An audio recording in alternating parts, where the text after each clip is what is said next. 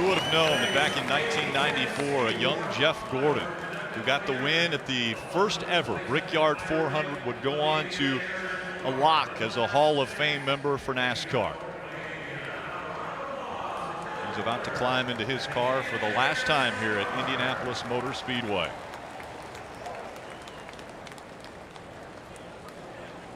I mean, it's really amazing to think not only did he win the inaugural race at the Brickyard, but here this many years later, 2.5 decades later, he's here as a favorite once again. And climbing in for possibly the last time here at Indy. You know, the emotions are running high. It's just such a big facility. It's meant so much to him. That's such a historic racetrack. Jeff Gordon will be firing the engines when we come back here on NBCSN.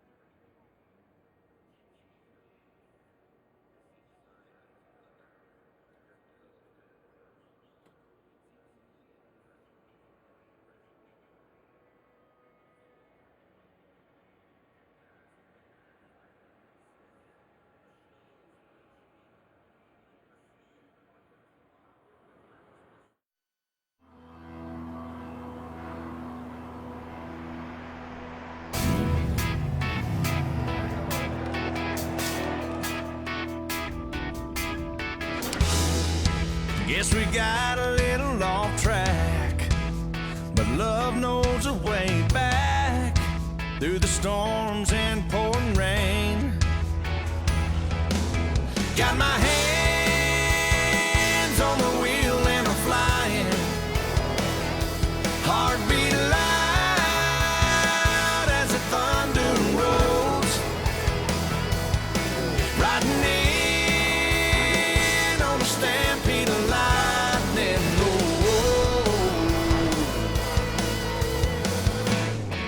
I'm bringing back the sunshine, bringing back the sunshine, baby, it's about time.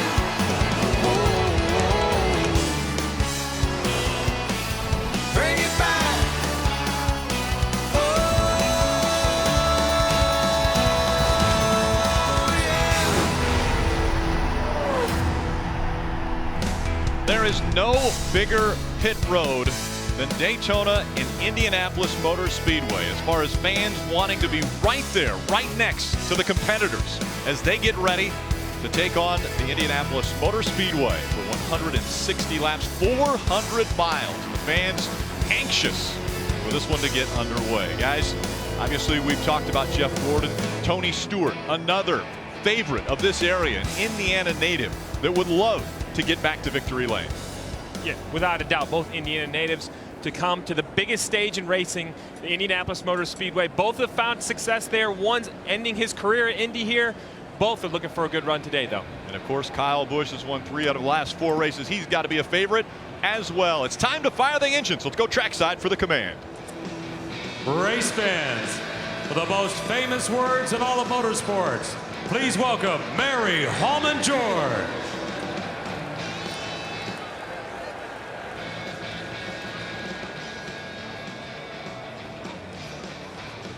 Drivers, start your engines. Car 9, Craig, when you're ready. Fired up when you're ready. Fire and hold. Go, Mitchell. Okay, you got me. Keep bringing it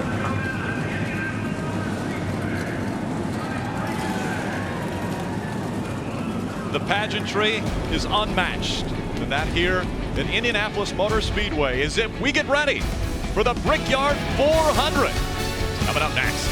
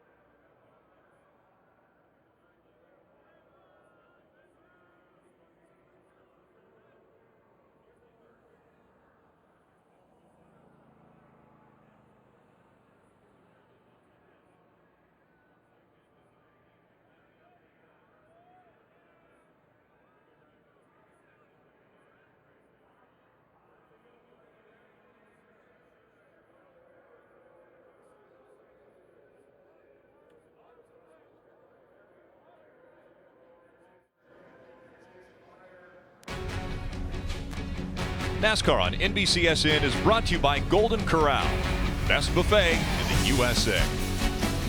Sprint. Check out the new all-in plan at sprint.com/all-in. And by Toyota. Let's go places.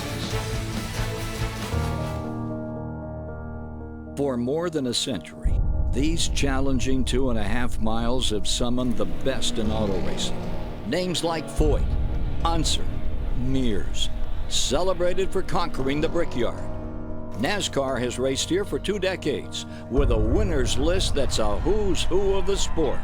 Dale Earnhardt has won the second Brickyard 400. And Dale Jarrett wins the Brickyard 400 for the second time. Tony Stewart, a native Hoosier, his dream comes true. A 4th win in the Brickyard 400 to Jimmy Johnson. But no driver has won more on this oval than Pittsboro, Indiana's Jeff Gordon. Jeff Gordon is about to write his name in the racing history books. Winner of the inaugural Brickyard 400. For the 4th time in 11 years, the young man who cut his racing teeth in nearby Pittsboro, Indiana, will win the Brickyard 400. And last year, with a daring move on the final restart, Gordon won his 5th Brickyard. The only 5-time winner of the Brickyard 400 is Jeff Gordon. Today, the 4-time Cup champion takes to this hallowed speedway for the final time. A 400-mile challenge against familiar foes as the race to the chase comes to Indianapolis.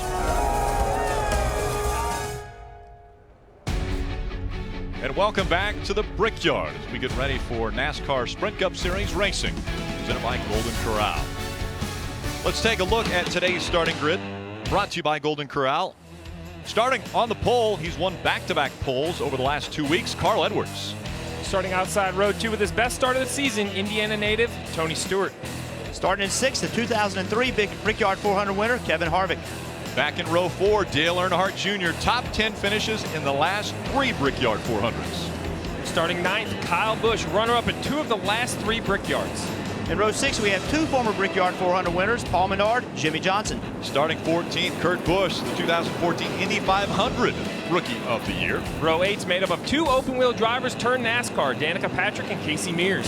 Starting 18th, the former Indy 500 winner, Sam Hornish Jr. And of course, the 5-time Brickyard 400 winner, Jeff Gordon, will start in row 10. Row 11 made up of Justin Allgaier and Eric Almirola. Starting way back in 3rd, but he's always a threat, Matt Kenseth. Starting 25th, Austin Dillon finished 10th in this race a year ago. Starting 27th today, looking for his first Brickyard 400 win, Casey Kane. Starting in 30th after a heartbreak finish yesterday, 2nd place finish, Ryan Blaney. Back in row 16, Brad Keselowski has the best finish in the Brickyard 400 of 9th. He did it twice. Row 17 is made up of Daytona 500 champion Trevor Bayne and Michael Annett. Row 18, Alex Bowman, Brian Scott. Starting 38th, J.J. Yaley. He finished 9th in the 1998 Indy 500. Row 20 made up of 2 first-timers here at the Brickyard. In row 21, we have Cole Witt and Timmy Hill. And at the back of the field, Ryan Newman will start back there. The 2013 Brickyard 400 winner had the right side window come out during qualifying, so his qualifying time was disallowed. We ride along with a few different cars today. Eric Almirola is going to be carrying the Eckrich in-car camera. He'll start 22nd. Jeff Gordon has the Sprint on board. He starts 19th today. Casey Mears with the Geico in-car camera is 16th. Kyle Busch with the Toyota onboard camera will start 9th. Dale Earnhardt Jr. has the Chevy in-car camera. He starts 8th today. Number 4 of Kevin Harvick carrying the Jimmy Johns on board. He'll start 6th. And up in the 2nd row, Tony Stewart with the Mobil 1 on board. And let's see if we can chat with Tony. Hey, Tony, it's Jeff Burton in the NBCSN booth. You got us? Yeah, bud. Hey, bud, this is a historic facility. Can you tell us what this racetrack means to you? I mean, this is a place that every day after school during the month of May, I'd get on my bike, haul up from school to get home and see what was going on TV with the Indy 500. So, to see the history of our sport with NASCAR come here, it's a big honor. And, to have had the chance to run the Indy 500 Brickyard 400 is pretty cool to me. Well, you had your best qualifying effort of the year yesterday. Tell us how you feel about your car. Well, if it's anything like it was yesterday, I feel really, really good about it. It was strong yesterday for sure. I made a little bit of a mistake in the final round there, but was really happy with it and feel comfortable that the changes we made are going to be better for us today, so I'm pretty excited about it. All right, man, we've heard a lot about the heat. A lot of drivers complaining yesterday about how hot it's going to be today. Can you tell us what you feel about that? I don't think it's that hot out here. It's a little warm, but it's not that hot, so, maybe some of these guys will fall out of the seat. We'll just keep trucking. All right, bud. Good luck. Have fun. And that is one tough driver in Tony Stewart. All right, for more of the storylines on today's race, let's go to Marty Snyder. Rick, at the very front of pit road, I'll be talking about guys like Joey Logano, Dale Earnhardt Jr., and today's pole sitter, Carl Edwards. And we just heard Jeff Burton ask Tony Stewart about it. A lot of the talk among the drivers is the heat that we saw yesterday and all weekend long, as a matter of fact. We've seen temperatures upwards of 150 degrees inside these race cars this weekend. It's hot out here, it's humid, and also the new aerodynamic package doesn't allow for air to flow inside the race car. Does that bother today's pole sitter, Carl Edwards? He told me no a moment ago. Why? It's not really because of his physical conditioning, which obviously is very excellent, but he told me when he first came into the stock cars, he said he couldn't stand the heat at all. He was terrible with it, but now he started heat training, would ride around in his personal car with no AC on, and he is much better with the heat now, so it does not bother him. In fact, he'll have no AC inside the car today. Mike? Thank you, Marty. When it comes to the Indianapolis Motor Speedway, no car owner has been more successful than Roger Penske. 16 times he's won the Indianapolis 500. Never, though, has he won NASCAR's crown jewel here, the Brickyard 400. Brad Keselowski would love to be the first one to deliver that prize. In fact, Keselowski told me moments ago, it's hard to give a billionaire anything meaningful, but a Brickyard 400 win would certainly be that. He rolls off 31st today, Kelly. Mike, as long as pit road is here at Indy, the spots down here at pit in less desirable than those towards pit out, which is why it's surprising to see some of the names who will be stopping here. Guys like Denny Hamlin and Ryan Newman. As we said, his qualifying time disallowed after that right side window fell into the car during his run. His crew chief Luke Lambert told me they're going to have to make moves on track and in the pits to be successful. He won from pole 2 years ago, but a big challenge ahead today, Dave. Kelly, I'll be covering pit stalls 11 through 22 with particular focus on number 19. That's where Jeff Gordon will be pitting the famous 24 here this afternoon. If you're watching Countdown, you saw the joy in Jeff's eyes to introduce us to friends that we might not have met before. His friends from the world of sprint cars, the guys that got him started here. And Jeff would like nothing more than to provide one more memory to his fans and friends here today at the Brickyard, Rick, and it may just happen. Yeah, what an incredible way to bookend a career at Indianapolis than if he would be able to get back to victory lane. Let's take a look at some of Jeff Gordon's milestones brought to you by AARP. The right column says it all. He leads virtually in every category at this racetrack. He's been amazing here, and of course his career has been amazing as well. Yeah, those stats, as you said, they say it all. You know, basically any questions? I mean, anybody ever questions whether he's one of the sport's greatest or not, just look at those stats. How can you argue it? So he's had a huge impact on the sport, not only on the racetrack, but off the racetrack as well. Extremely respected race car driver. Today's aerial coverage is provided by our partners at Smithfield Foods, giving us a great vantage point of this 2.5 mile track. Let's take a look at those track facts for this racetrack that started racing back in 1909 on this facility. It's 2.5 miles in length. The corners, 4 distinct corners, all have 9 degrees of banking. Front stretch, back stretch, 3,300 feet. And our race facts for today's race: 160 laps, 400 miles, pit road speed 55 miles per hour, and that fuel window 34 to 37. We're going to look at that a little differently today too, Steve. Well, without a doubt, that fuel window is going to come into play because most of these guys have talked about how track position at this racetrack is so important. They're going to try to work this race backwards. They're going to pit figuring how they can get to the front at the end of the race instead of worrying about figuring it out in the last fuel run. At the top of the show, we mentioned the rules changes, the rules package that came here to Indianapolis. They want more drag. Take a look at the spoiler on these cars and kind of describe exactly what we're doing here. Yeah, so basically what you see here on the back of the 18, what you see in red is just the mount of the carbon fiber, but then all of that Lexan above it, that is a couple inches, 3 inches actually taller than we've ever seen. And then at the tip top of the spoiler, that black carbon fiber piece is actually a wicker bill. It's attached to the top of the spoiler pointing forward 1 inch. All of that is to create more drag and more downforce on the rear of the car. They need the rear downforce because with the other part of the aerodynamic patch, the tail extension, it removes it. So they have basically the same downforce they've already had, but way more drag, looking for drafting. And what they haven't had is any experience. They've been on the racetrack, but not in a big group like this. So none of these drivers know what to expect going into turn 1 this first time. And we are about to find out as the field making its way out of turn number 4. The pace car makes the hard left turn. Moves to pit road, leaving the field in the hands of Carl Edwards and Joey Logano. Carl Edwards on the inside, Logano on the outside. Green flag is in the air. The Brickyard 400 is underway.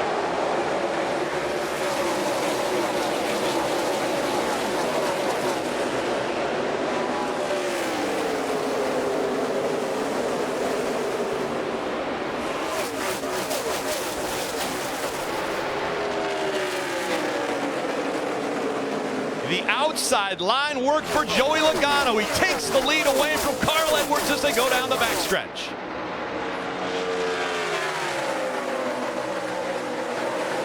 Joey Logano having to block Carl Edwards getting into turn 3. Joey did a great job on that restart. That's one thing, as we talked about. That's the first time drivers have been side by side getting into turn 1. Joey Logano learned right there with this package. If you can get next to a guy, you can pull the air off of him, get him free, and take the spot. Back to the front stretch they come. Joey Logano is going to lead lap number 1. Carl Edwards behind him. David Reagan, Tony Stewart, Kevin Harvick. The top 5, 3 wide as they go into 1. And that's what we're going to talk about, this draft. These cars are punching such a big hole that on these long straightaways, you start to get a tow from the cars in front of you. As you get back here in the pack, that tow is unbelievable. With 8 or 10 cars in front, you're going to see a lot of blocking down these long straightaways. Joey Logano with about a 4-car length lead over Carl Edwards. And there we see moving out of line the 20 of Matt Kenseth trying to make the pass, as is Ricky Stenhouse Jr. in the 17. Tony Stewart on the inside of David Reagan. Side by side, and Tony Stewart keeps the upper hand. David Reagan with a smart move to try to get in behind Stewart, but he wasn't able to do it quick enough. Lost the nose when he got behind Stewart because there's no air there, because that big spoiler, it's taking all the air away from the car that's trailing. So he lost the corner, allowed Harvick and ultimately Larson get by him as well. Preferred line right down there, almost up against the grass, right, Jeff? You want those left sides almost touching the grass and parts of the corner. Then you'll see right here, you'll see the concrete right there. It starts. You don't want to get your lefts on that concrete. You want to be just above it. It's such a give and take racetrack, because when someone does make a move on you and get inside of you, as we saw Tony Stewart do to David Reagan, and you see here the 42 and the 18 getting a pull up to the back of David Reagan's car here. Kyle Larson's going to look to the bottom of the 55, unable to get that clean air though.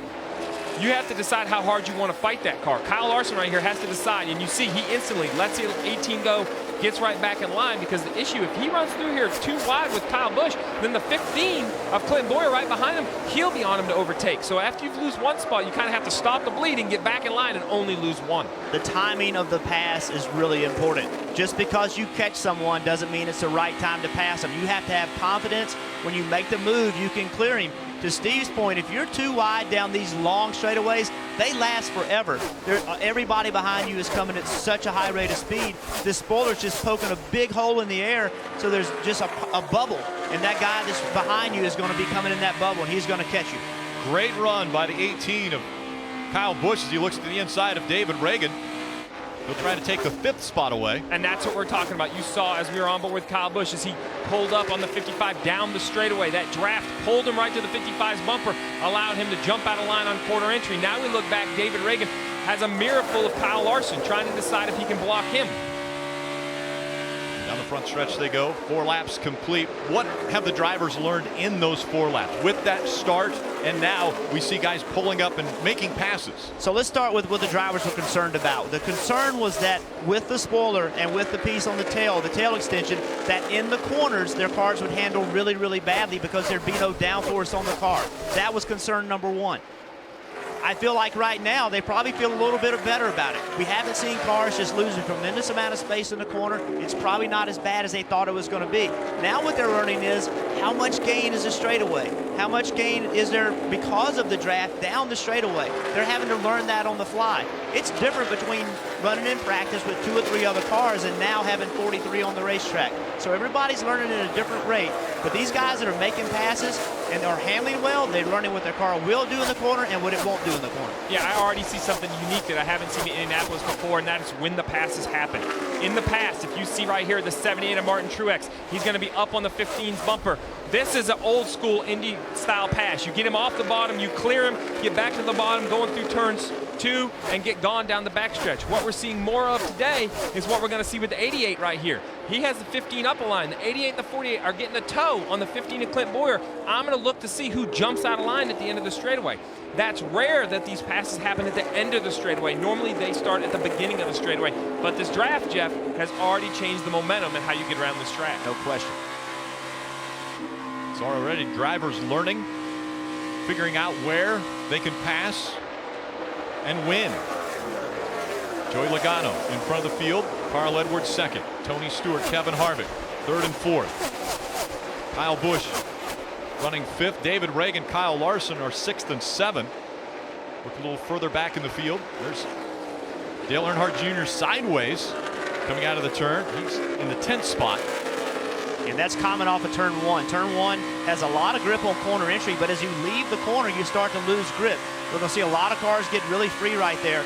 The sister corner to turn 1 is turn 3, and the reason why they're both at the end of long straightaways. See Jimmy Johnson just kind of turning left, trying to show show Dale that I'm here. Dale said I'm not having anything of it. But turn 3 has more grip than turn 1. So you'll see less moving around with the cars, less cars loose on the exit of 3 than you will on the exit of 1. And out of the throttle, very little in turns 2 and 4. It's almost like they just kind of breathe the throttle and right back into it so that they can carry that momentum down these long straightaways. Yeah, that's the case right now at lap 7 of a run. What I want to see is when we get to lap 25 and lap 30 of a run, how difficult those 2 corners become, because as these tires wear, those 2 corners become more of a struggle.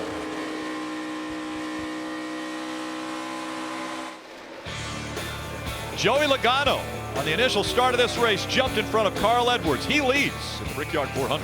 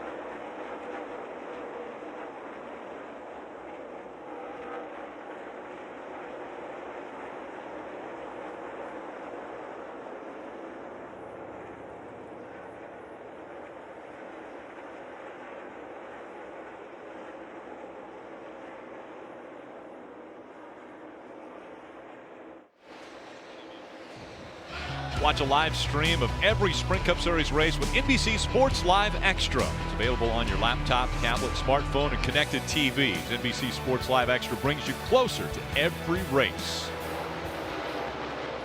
Welcome back to Indy. Out front, Joey Logano has a 1.4-second lead over Carl Edwards. Tony Stewart, Kevin Harvick, and Kyle Busch, the top 5. David Reagan, Kyle Larson, Martin Truex Jr., Clint Boyer, and Dale Earnhardt Jr., the top 10. Marty. Well, for Dale Earnhardt Jr., currently Jr. is in the 10th position right now. A lot of the teams are already talking about their temperatures are a little too hot.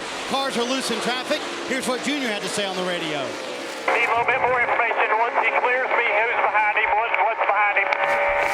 Real dirty air, real loose behind people. Just when they're passing me, I want to know what's behind them so I know what to do.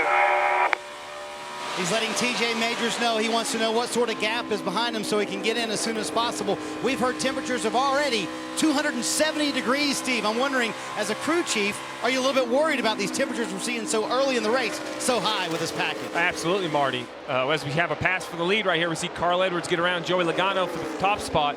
But you're absolutely right, Marty. There's a limit that these engine companies want to run these cars at, and 260, 270 seems to be quite a bit above that limit. But the issue is, as we talked at the beginning of the show, with this new aero package, it's not just the drivers that are getting hot, it's the engines. And they're having a hard time cool them. Even as they remove tape, the engines aren't running any cooler because there's no air to go in the nose. So as you see right here, though, the 22 pulls right back up into the bumper of the 19 for the lead. It'll be interesting to see if he can stay close enough to use that draft on the front stretch. And Steve, moments ago, we saw the 19 struggle to catch up to the 22, and then all of a sudden, a big burst of momentum, able to get by the 22, take the lead back, And then you saw him suck right back up to the back of the 19. The 22 was able to get right back up on his bumper. Well, I think what that was I think the 22 had debris on the grill. I think he had something on the grill, and he was working with the 19 because the 19, you heard him talk about, thanks for doing that. So I thought I saw something on the grill, and I think he pulled up just because that when you pull up next to somebody, it'll actually pull it back off of the grill. I'm not 100% certain, but I'm pretty sure that's what I saw. One other thing. We heard Dale Earnhardt Jr. talking about being really loose behind another car. How many times have we heard, I'm tight behind other cars? Right. I mean, that's what we hear every single week. I'm tight behind other cars. With this package, what they are is less grip behind other cars. So if your car is tight, you're going to be tighter. If you're a little loose, you're going to be looser. And when the car starts sliding around, you lose overall grip. The first sensation that the driver feels is loose. So that shows you that this big spoiler is taking air off the car that's in second, and it's making it harder for the car to go in the corner the way they want it to. You're absolutely right, Jeff Burton. We see Carl Edwards leading now, but it was debris on the nose of Joey Logano in the 22. You see Joey Logano is the car on the right side of your screen. If you look to the bottom of the car, there's some light blue or white paper there. He pulls over, lets Carl Edwards pass because he has to get that debris off the nose. If you see now in this shot, the debris is gone. We're back live. What he did is he let the 19 go, gets up behind him, that air gets turbulent, blows that paper off. That's way better than coming to pit road. All right, Steve, we're on 15 of 160 laps. We mentioned earlier that the pit window was between 34 and 37, but a little bit of a different strategy when you come to a place like Indianapolis. Yeah, the option is you could pit as soon as you get into your windows to make this like the road course style race. You could stop a certain amount of times. The issue is the front 2 or 3 cars are so fast that even Dale Earnhardt Jr. in 10th, Clint Bowyer in 9th, they're already 10 seconds behind the leader. If they pitted from that position, there's a good chance they could go down a lap. While a road course strategy is good, I would never go down a lap to get on that strategy early. Would somebody that's closer, say a Tony Stewart, a Kyle Busch, that's only 2.5 seconds behind the race leader, would they try a strategy like that to see if fuel mileage could work out in their favor? Well, that strategy, if they're going to do it, that was decided on this morning. So if that's the case, they committed to it today, and they're going to see it through. People tried it yesterday in the Xfinity race. It didn't work great, but it didn't work terrible. So I think it really depends on the quality of car you have. If you feel like you have a really fast race car, you're going to play it conventional. But if you have a car that's not quite good enough, and you maybe need to try to find a way to trick yourself into a win, then that's a possibility to do it. Dave Burns. 47 of 8, A.J. Allmendinger believes he has a tire going down. The car was very, very tight on that first run, but he had to come to pit road to try to fix something that didn't feel right. Unscheduled stop for the 47 team. Great decision by A.J. Allmendinger. As frustrating as it is to come to pit road, we're at lap 16. You can't afford to have a tire go down and get into the wall. He has to come to pit road if he thinks he has an issue, get it repaired, get new tires on it. You know, it's one thing to have an issue, it's another thing to make the issue larger. You know, Jeff, you have no choice. You feel what it is, you have to come. You have to accept the position you're in. Denial doesn't change it. Understand the position you're in and deal with it. A.J. Allmendinger was 27th when he came onto pit road to change the left side tires. Carl Edwards in front of the field here at Indy.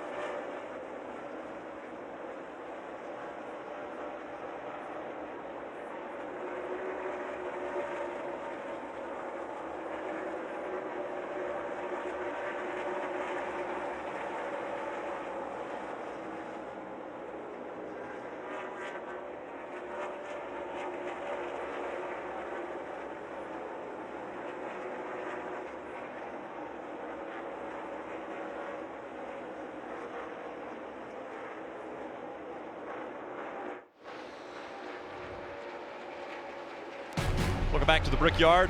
Crown Royal presents the Jeff Kyle 400 at the Brickyard. Get news, results, and highlights delivered to your inbox. Subscribe to the free official NASCAR newsletter at NASCAR.com/newsletter.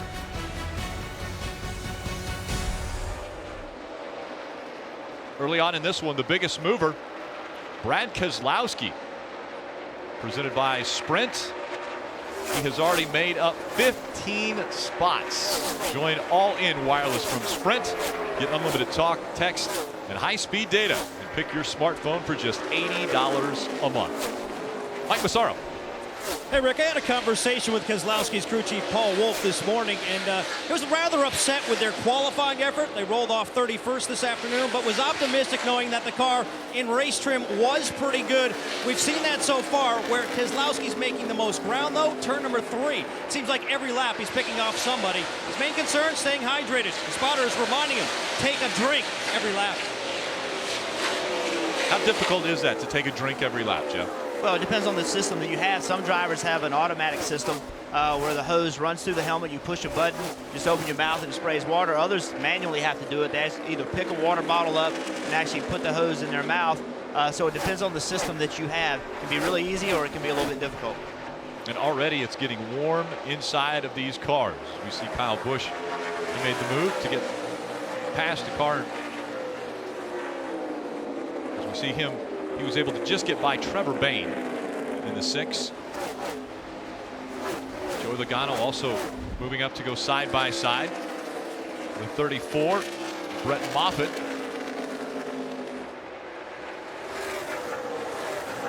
David Gilliland in the 38. The last car on the lead lap. There are 36 cars on the lead lap as Carl Edwards has set a blistering pace now that he's been able to get out in front of Joey Logano. Logano lost second to Kevin Harvick. Harvick now running in the second position. And Rick, even on an overcast day, these cars are starting to heat up. Just the air, there's just a big wiggle there out of the 13 of Casey Mears. Well, on the inside of Casey Mears' car, the team has put a simple thermometer right on the right side headrest. You see it right to the right of Casey Mears' head. It reads 131.9 degrees. Well, at the start of the race, when he pulled off the grid, that was 122 degrees. So it's already up 10 degrees in that race car. We've only run 22 laps, and it's a reasonable overcast day. If this clouds decide to break up and we get a little bit more sunshine, or the longer we run under green, that number is going to continue to rise. But I can't imagine. I mean, it's 132 degrees in the cockpit. So can we end the argument about drivers not being athletes? Can we please end that argument? Yeah. I mean, he's going to sit in here for almost 3 hours. Race for the lead. Carl Edwards in the 19. He's got Kevin Harvick behind him. We've talked a lot about this package. One thing this high drag package seems to do is when the leader catches traffic, it slows his momentum, and that lets those other cars kind of tow up onto him. Unlike the time in the past, you see right here, Kyle Busch all the way down to the grass, gets a run of the 22 of Joey Logano. Going to try to get up in front of Joey Logano before the corner, can't do it. Joey will decide to fall in behind him. Remember, go ahead. Joey Logano was leading this race. That's right. He let Edwards have the lead to try to get that debris off the grill. Since then, and he got behind somebody, he's continually falling back. So, you know, although Joey didn't want to give up that spot, in some ways that may have been good because he's learning right now what his car is like behind other cars, and now they can go to work.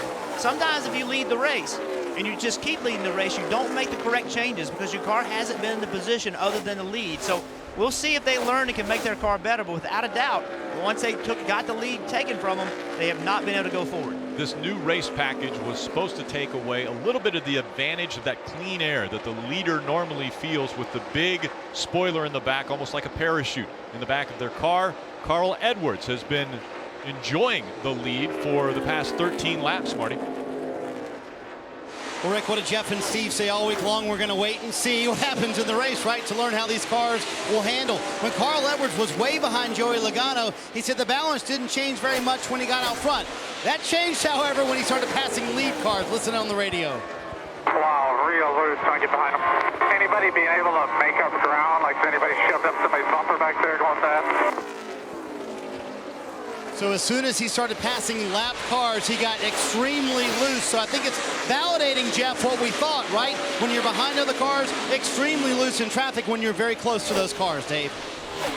Marty, Kevin Harvick trying to chase him down in the black and white number 4. This morning I talked to his crew chief, Rodney Childers, who told me that they had to leave their car just a little bit tight after yesterday because when they got into traffic, the car became uncontrollably loose. Sure enough, through traffic today, Kevin has said awfully, awfully loose. So they'll be making another adjustment, trying to keep that car just tightened up a little bit.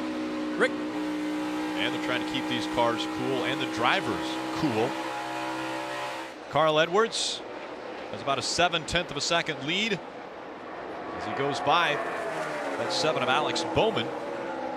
Kevin Harvick has closed the gap just about 6/10 of a second after Carl was able to negotiate around Alex Bowman. And I'm already starting to look for some green flag pit stops because another thing you can't measure very accurately in practice is fuel mileage. When you only run with 2 or 3 cars on the racetrack, you know, drag is very simple. Your car at home, what the manufacturer tries to do, reduce drag, gives you great fuel mileage. It makes the car easier to go through the air, burns less fuel. Well, here today we have high drag. So these cars are burning a lot of fuel in practice. Well, then all of a sudden you put them out in traffic, that drag changes with the draft. Very hard to figure fuel mileage for these crew chiefs. These guys are better off probably to come early. I expect to see teams that, even though we think they could go 30, 33, 34 laps, the 41's already on pit road, Dave. And he believes that he has a tire going down. They tried to determine which one of the 4 it was. Kurt wasn't able to tell them while he was trying to control the car coming in. That's the right rear. The right rear definitely down. A little bit early for Kurt, but it still could play in strategy later on. We're on lap 27, Steve, and this may put him into a window. The 4 of Kevin Harvick is on pit road as well. Harvick had been complaining that the car was very bad, lose off. And so they'll come on to pit road and make a tire change for him. Goodyear tires going onto the Kevin Harvick car. A tear-off coming off the windshield so the driver can see. Sunoco fuel is in, and they'll get to the left side. They're a little bit slow coming around, Mike, as they finish up on Harvick. Jimmy Johnson on pit road. He's been saying it was loose at the beginning of the run, but was getting tighter and tighter as it went on. They'll make an air pressure adjustment to the 48, trying to get him the feel he needs. Dale Earnhardt Jr.'s teammate pitting right now. The car extremely loose. You see the 2 rounds going in the left rear for Dale Earnhardt Jr. and a little bit longer on the front there for Jr. 12.6 on the stop for Goodyear tires. Kelly? Ryan Newman, who started from the back of the field, worked his way up to 30th, but he said it's just plowing tight. So they're giving him 4 Goodyear tires, Sunoco fuel. So they're taking 2 rounds of wedge out of the right rear to help boost him up. Denny Hamlin also completed his pit stop. He's saying that he was tight in the center, free getting off the turns. It was 4 tires as well for Denny Hamlin. How about the run for Tony Stewart? Top 5 so far. You're right along with him as he comes to a stop in his pit stall. 4 tires. They're also going to make an air pressure adjustment for Stewart. He didn't complain as much about that looseness. In fact, a little bit tight for Stewart. You see him go down the half round on the left side. Dave? Jeff Gordon's first run of his final Brickyard. He said that I have nothing to lean on with this 24 car. The car was just feeling for him a little bit too loose. So they'll make a 4-tire Goodyear tire change for Jeff, fill him full of Sunoco fuel, and send him on his way with adjustments. Rick? Continuing to cycle through these green flag pit stops. Carl Edwards scored the race leader. Kyle Busch, Joey Logano, Brad Keselowski, Casey Mears up to top 5. It always strikes me, it's not funny, but it does make me laugh that pit road becomes such a busy place, and sometimes it's not even a strategy call. The 41 of Kurt Busch comes in with a tire going down. They all start pitting because they get worried about him. Marty, the 22's in as well. Yeah, we saw Joey Logano give up that lead. He said it's a little bit tight in the center, a little bit loose off the corners for Logano. You see the wedge adjustment that they will make for Goodyear tires and Sunoco fuel for him, and they'll make that adjustment and send him back out on the racetrack. Austin Dillon on pit road in the 3 car, one of the toughest guys in the series. His team wasn't worried about the heat that he would encounter today, but they do want to give him a good race car, and right now it's too loose for Dillon. So he'll come and get 4 tires, he'll come and get fuel. They'll make a chassis adjustment with the wrench going in the window on the right rear, and hopefully send Austin back out with a better handling 3 car. When does Carl Edwards come in? That's the question now. Kyle Busch, Brad Keselowski have not hit pit road yet. You heard Steve talk about when the 41 pitted, he had a tire problem. That gave permission for other crew chiefs to say pit early, because that was early. But when a fast car comes on pit road, it's almost like all the crew chiefs say, hey, that fast car is on pit road. If I do it, then he did it too. They didn't know he had a tire going down. They just saw him on pit road. Here we see Carl Edwards. He's making his first stop, and Busch is following him. Race leader Carl Edwards on pit road now, followed by Kyle Busch. They were running 1 and 2. Brad Keselowski third. Kevin Harvick came to pit road on lap 27. Joey Logano, Tony Stewart. Marty. Rick, that 55 miles an hour feels excruciating, doesn't it? Especially when there's cars going 200 just to your right if you're the driver. For Kyle Busch, back of your screen, the red 18 car, he said, you need to tighten me up just a little bit. Traffic too loose for him. It'll be air pressure and a wedge adjustment for Kyle Busch. At the front of pit road, his teammate Carl Edwards with the 4 tires and fuel as well. And they also stretch it a little bit further than everybody else. Keep that in mind, Mike. Brad Keselowski picked up 28 spots since the start of this race. A very quick pit stop, 4 tires, and a wedge adjustment on the 2.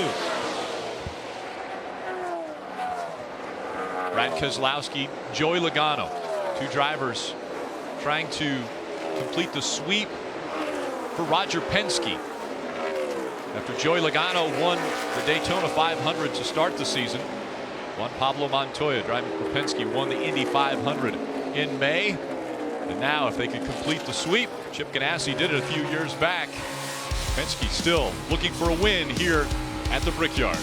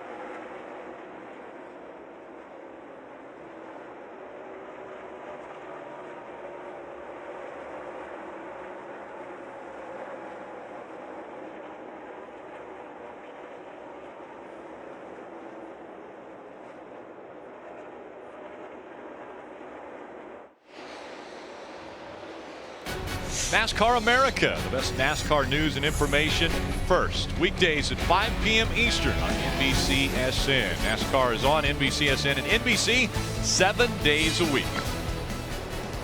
All right, Rick. Back to Indianapolis Motor Speedway. Kevin Harvick's out front. Steve Howe. All right, so you're going to hear me use a term a lot about short pitting. Short pitting is very simply coming before you need fuel or tires. You're going to pit earlier than needed to gain an advantage on your competition. Before the pit stops, Kevin Harvick was 1 second behind Carl Edwards in the 19. Kevin Harvick pits 4 laps before Carl Edwards. Why does that matter? Well, with new tires, Kevin Harvick is running almost 2 seconds a lap faster than Carl Edwards for those 4 laps. So even with a slower pit stop, goes in second place, runs a couple laps really, really fast. Carl Edwards comes in and gets his tires. The time they lose when Carl Edwards was staying out on old tires, that's how they lost the lead. That's short pitting, and it's in perfect form right there. Well executed by the 14. Short pitting works when we have tire fall off. When the tires get slower, the longer you run, that's when short pitting works. Keep in mind, a lot of tires we've had in the past, they keep speed. They never slow down. The drivers have been saying, we want tires to fall off. We want them so the cars drive worse as the run goes on. This is what happens when we get that. We get a change of leader because the tire fall off. Kevin Harvick back out in front. It's a familiar sight for the Ford team. 2 wins already this year, Las Vegas and Phoenix, but then he's been on a drought. Had quite a few second place finishes, but has not been able to finish the deal and get the win. Kevin Harvick does have a win here back in 2003. And, you know, one unique thing about Indianapolis Motor Speedway is when the cars leave pit road, they have to leave on the blend line. So you're on, or in the blend lane. You're on board here with Kevin Harvick. You see to the left of the screen the 19 of Carl Edwards. He's leaving pit road right here, Kevin Harvick. That's a great sight, isn't it, Jeff? If you're the guy that pitted from second and you see the leader down on the transition lane, you know you're going to clear him on the backstretch. You're going to be the leader. That's perhaps the best sight. Not just a good sight. But he did have fresher tires. So Carl Edwards came out fairly close to Kevin Harvick, but did not have enough fresher tires to be able to get by him or at least pass him for the lead. You know, you see the back of this 3-car pack, you see Ryan Newman. Ryan Newman has gone a lap down. He hasn't been running well, and he's gone a lap down, and that's big because Ryan Newman is one of those teams that's right on the edge of making the chase. You've got to be in the top 16 in points. And right now he's having a bad day. We don't have a lot of races left. They cannot afford bad races. And just to be clear, we got word from Goodyear, both the 9 and the 41 right rear tires were from damage. They had contacted the wall, they had rubbed. So the tires have looked good up and down pit road off of the race cars, but the 2 tires that were flat were from rubbing another piece of sheet metal. And also the 3 of Austin Dillon, when he came onto pit road, he was too fast entering and too fast exiting on his initial pit stop. And then when he was serving his penalty, which is a pass through, he was actually too fast again. So they made him come back to pit road and do a stop and go. Yeah, we heard Austin complaining about the lights. He said, I'm all in the green, meaning his lights on the tack were saying that he was at pit road speed. The third time he came down, he said he was all in the yellow, meaning he was way below what his tack was telling him he could be. The tack must be programmed incorrectly. You know, it's just a simple math equation. The engineers put it in, but if it's put in wrong, you're caught speeding. The driver doesn't even know it. Kyle Busch, what a role he has been on. 3 of the last 4 races here in the Sprint Cup Series, he's been able to get to victory lane. And in the Xfinity Series yesterday here at the Brickyard, he was able to make last lap pass on the 22 of Ryan Blaney. Here he's got a great run on Joey Logano, looks to the inside, and he's going to take the lead, or excuse me, that position away from Joey Logano. That is what NASCAR wanted to see. That's what this package is all about. If you can go through the corner with someone, if you can be equal with them in the corner, then you can beat them down the straightaway. You have less drag and your car will move up to the car in front of you. That's what NASCAR is trying to do, to give the car in second not a disadvantage. Somewhere on the racetrack, give them an advantage. Battle for the lead. Here comes Carl Edwards, looking to the inside of the 4 of Kevin Harvick. Harvick trying to hold him off, side by side for the lead. Harvick back to the point, has the advantage. Falling back, the 19 of Carl Edwards. You see Kevin Harvick all the way to the inside of the front stretch, trying to take away that advantage of the drag that's getting in the big hole in the air that the 4 is punching in the air for the 19 to try to take advantage of that. That's exactly right. You can stay away from the car behind you. If you can turn left down the straightaway, then he's got to turn left with you. If he doesn't, he is not getting benefit of that drag. So we have already seen Kyle Busch take advantage of the drag package as well as that 22 of Joey Logano.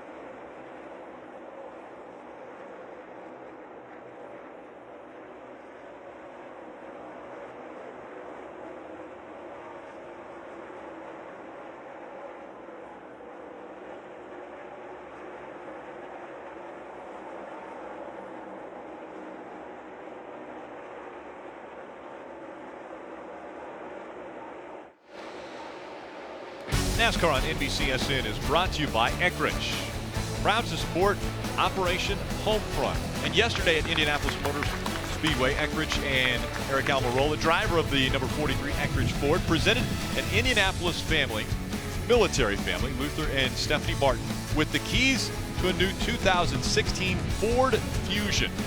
Free groceries for 1 year. And we're seeing a caution coming out for the first time at Indianapolis. In the pageantry at the beginning of the race, they let balloons go. They go up into the air. Well, they've come back down. Balloons on the backstretch. We'll be right back for the restart.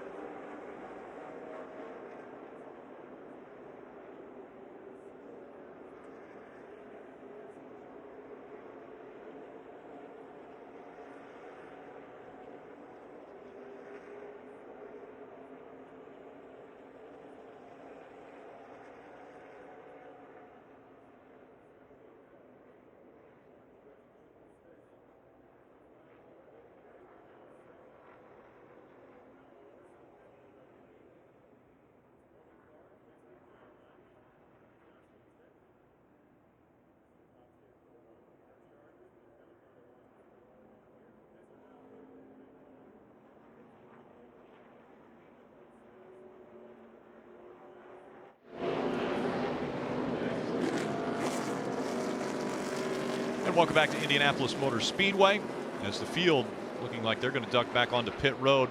A lot of differing pit stops, 27th lap all the way to 31st lap, and Kevin Harvick is going to bring quite a few of the lead lap cars onto pit road. Joey Logano looks to be staying out, as did David Reagan. Jimmy Johnson, Denny Hamlin potentially staying out as well. Kurt Busch, another one that has decided to stay out. Dave. Rick, the leader says his car is better, but it's still just a little bit too loose. So a wrench went in the window for a small adjustment, a left rear wedge adjustment, 4 tires and Sunoco fuel, Marty. Dave, Kyle Busch has made the call. Actually, Adam Stevens has made the call for Kyle Busch. Right side tires, you see him leaving pit road. That'll also be the call for his teammate up front, Carl Edwards, who will win the race off pit road with 2 fresh Goodyear tires. I'm sure, Steve, part of that dictated by the teams that did not pit there. 2 tires for all the guys who did. No, you're absolutely right, Marty. You see a race off pit road here between Stewart and Brad Keselowski. As a crew chief, when you know you're going to pit, that's great. But one thing that's unique about Indianapolis is you can see that front stretch. You see all those guys that stay out. Instantly, you change the call. 4 tires, let's only take 2. Strategy early.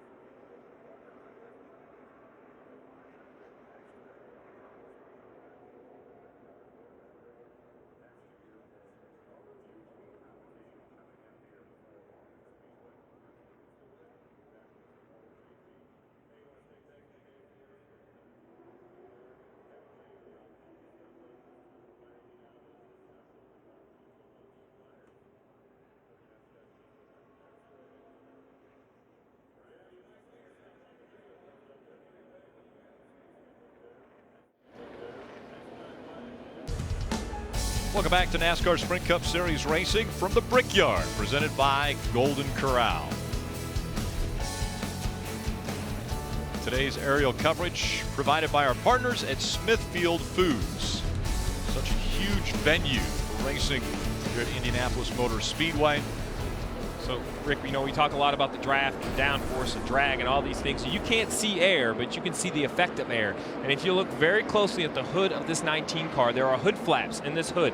So when you spin out, it allows the air out. And you see right there, the hood flap opens. The hood itself bounces around on the 19. That is purely because of the effect of the car in front of them. It removed every bit of air on top of that hood. I mean, that car is traveling almost 200 miles an hour, yet this flap that's almost a foot wide opens straight up. That shows you how much air is moving around these race cars. Marty Dale Earnhardt Jr. is going to restart in the 19th spot. They took 4 tires on this most recent stop, and that was a busy last run for Dale Earnhardt Jr., who said he had a vibration the entire run. Before they pitted, Greg Ives gave him a little attaboy. You're looking at the 4 tires that went on. Here's Greg Ives' attaboy for Jr. before they pitted this last time. Guys, we got to make sure to look over those studs real good. I'm glad I stayed out, but it didn't really kill the balance would be better. I never really got to work on it. Taking off, it was better. Take the positives out of this. Like you said, you did a great job there. And we'll give it 4 tires on you. Not over yet. Jeff, I can't imagine driving around Indianapolis 200-some miles an hour, going into a corner, as one driver described it yesterday, as going off into the middle of nowhere and having a vibration all at the same time. But we've heard these drivers inside the car say they're very busy inside the car. That's why Junior couldn't make any adjustments on his car that run. But I can't imagine all that's going on with the vibration, Jeff. Well, you heard him say he's glad he stayed out. Obviously, you know why, because he made it to the caution. Right. But it's so hard for a driver to know, should I pit or not? Sometimes you don't pit and some breaks. Sometimes you do pit and they say there's nothing wrong. So it's a very difficult position to be in. But also, talking about being busy in the car, we're hearing about these drivers being loose around traffic. Remember, they have that adjustable track bar. So drivers are making changes when they get behind a car, and then they're having to change back once they get back in front of them. So a lot of things going on inside of the race car. Joey Logano on the restart on the outside. David Reagan on the inside. Logano stayed out. He was 4th. David Reagan stayed out. He was 7th before this caution. Green flag back in the air.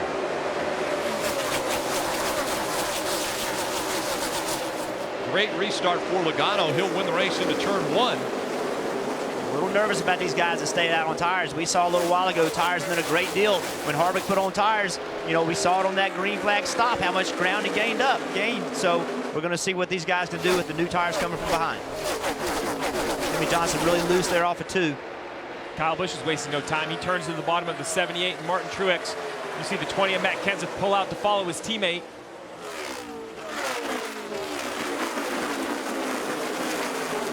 By 2 through 3 and 4. Oh, and around goes a 15. Clint Bowyer spinning through the short chute. Also caught up Jeff Gordon. Yeah, so you get it rolling if you can. Jeff Gordon had a lot of damage. I don't think Clint Bowyer had any damage at all. I'm not sure he ever hit anything, but Jeff Gordon had a lot of contact. He's, I think his chances to win today are gone. And that's the other risk when you take 4 tires and you go back in the pack. We talk about strategy and speed and all that, but the one thing about staying out when you keep track position is normally you have a little better chance of not getting caught up in an accident. And the 24 team already heading back into the garage as they will try to do some repairs. Let's look what happened. See the 15 and the 4 side by side. The 15 got free, obviously got spun it out. Jeff Gordon trying to miss him, just, ran out of steering wheel, just didn't have anywhere to go, ended up getting in the wall. But that's an example of the 15 of Bowyer being underneath Harvick, just losing the car. No side force because all the air is being pulled off of him. Jeff Gordon and Casey Kane trying to figure out where they're going. Jeff Gordon has to get in the brakes and ends up getting locked up. Dale Jr. just snuck by. Looks like the 15 of Clint Bowyer may have got into the left rear quarter panel of the 4 of Kevin Harvick. Yeah, he was just getting up the racetrack because he lost. See how he wiggled? Yep. He wiggled, then he chased it up the racetrack. No big damage either one of those cars, though. That shot always amazing. Here we are on board with Dale Earnhardt Jr. You're going to see way in the top of your screen is going to be the 15 car. He's underneath the 4. You're going to see him get loose. The 24 is in front of you. He gets caught up in the accident as well. Sideways went the 15. Still out there.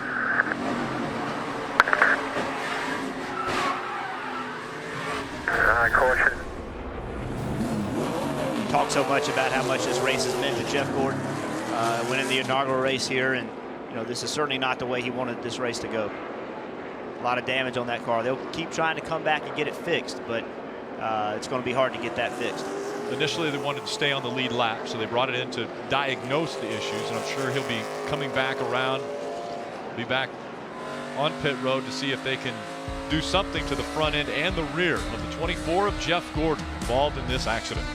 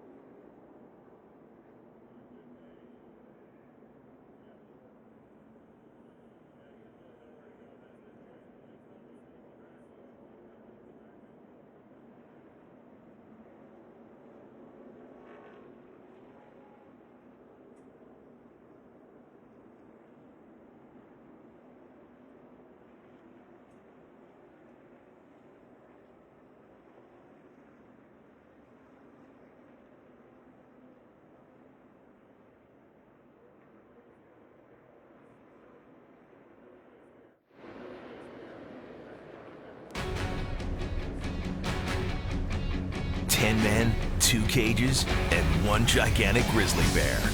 Better choose wisely. Watch the experiment now at Chevy.com. Welcome back to Indy.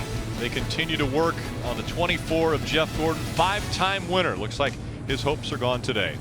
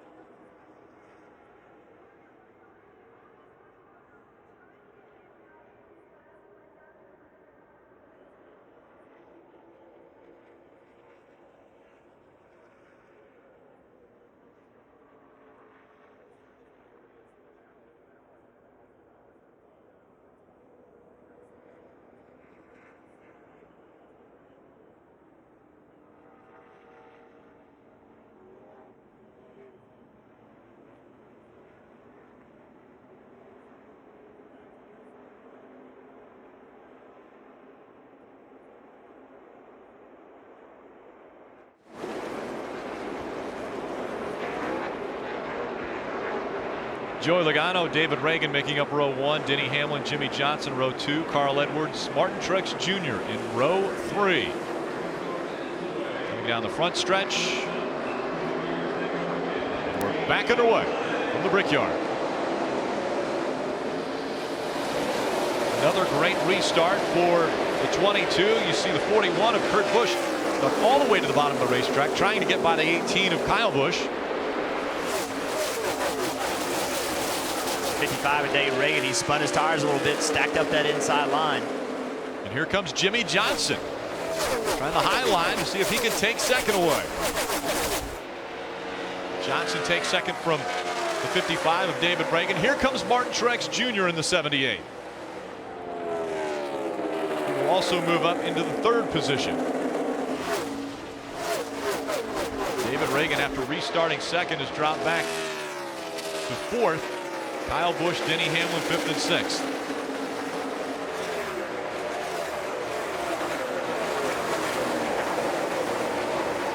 Tony Stewart making it 3 wide. Trying to get by Carl Edwards. It's Stanley number 19. And Stewart able to clear both the 19 and the 20 or 42 before he got into turn 1. We just haven't seen this kind of speed from Stewart this year. You know, he's up to 10th spot. Obviously, he was running better than that, but he pitted. Some other guys in front of him did pit. So this is without a doubt the best run we've seen for the 14. Marty, you got something? Well, Jeff, they've been fairly happy with the race car too. Stewart's been a little bit tight when he's about by himself, a little bit clean air, but when he's behind others, a little bit loose. Kind of the story for everybody down here. But remember, they took 4 tires along with Kevin Harvick earlier. They've slowly been making their way up through the field. Restarted 14th up to 10th. Now we'll see if the 14 can keep that momentum going, Dave. Jeff Gordon pitted twice to try to repair the damage of the 24 car, but the second one was a very long pit stop. The main issue, they had to cut away part of the left front fender area that sits next to the tire because he still had a tire rubbing on it. When he had to shut the motor down to save it because it was overheating, the crowd gave an audible sigh. So sad to see Jeff out this early of contention for the win, but glad when he got back in and he fired it up, but he's going obviously very slow, and it'll be tough for him to keep up minimum speed now on the 24 car. The guy who's run all 21 Brickyards, 22 today for Gordon. Very unfortunate. We saw Joey Logano go by. He's 3 laps down. Kyle Busch just took 4th away from David Reagan. Just keep in mind with Jeff Gordon, he doesn't have any wins. And this racetrack, he's the only one, he and Timmy Hill, the only ones that really had trouble. So this could be a really bad finish for Jeff Gordon. He has to race himself into this chase. He's having to do it on points with no wins. So this race could really hurt his opportunity to make the chase. Now the 11 of Denny Hamlin closing the gap on David Reagan, as well as the 4 of Kevin Harvick closing in on the 11. Matt Kenseth in the 20 on pit road.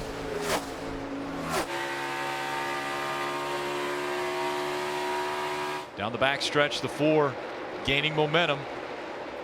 Dave, what happened with the 20? Scheduled pit stop for the 20. People starting to play the pit window game here, Steve. Yeah, that's an interesting strategy. They were just on pit road at lap 46 to run the 57. I understand that gets you in the window, but you still have to stop 2 more times from now. I don't disagree with the strategy. It's just very aggressive at this point in the race. But he has a win. He has a win in the bank, so he's in the chase. So why not gamble a little bit? You know, he's passed a lot of cars, been a team that's worked his way up, but why not make a gamble? 11's doing the same thing. Kelly? Yeah, and Denny Hamlin said he's so tight that he's raised the track bar to the point where he has lost overall grip, so they brought him in as his fuel window is going to be 4 Goodyear tires. You saw the adjustment there at Sunoco Fuel for the 11. 13.5 second stop for Denny Hamlin. Logano in front of Jimmy Johnson by 1.1 second. Remember, they didn't come to pit road on lap 46 when quite a few of the others on the lead lap did. And remember, what makes this strategy work is this racetrack is so big, as we saw Jimmy Johnson hit pit road. This racetrack is so big, if you're close enough to the leader, you can pit, put tires on, fill it with fuel, and you're going to come out still on the lead lap. That's why these guys can use the strategy. We see this at the road courses, we see it at Pocono, and we see it here. Mike. And Jimmy Johnson has been adjusting on his track bar throughout the course of this run. He says the car's turning much better. Here, though, they'll make a physical chassis adjustment wedge on both sides. 4-tire change for Johnson, who has felt like his car's come to life suddenly. Dave. Under the last caution, Tony Gibson calmly told his driver, no advantage to pit now. We'll wait until we need to come to pit road to get in our window. Kurt said the car was a little bit loose off late exit. They'll make just a slight air pressure adjustment for that. 4 Goodyear tires and full of Sunoco fuel.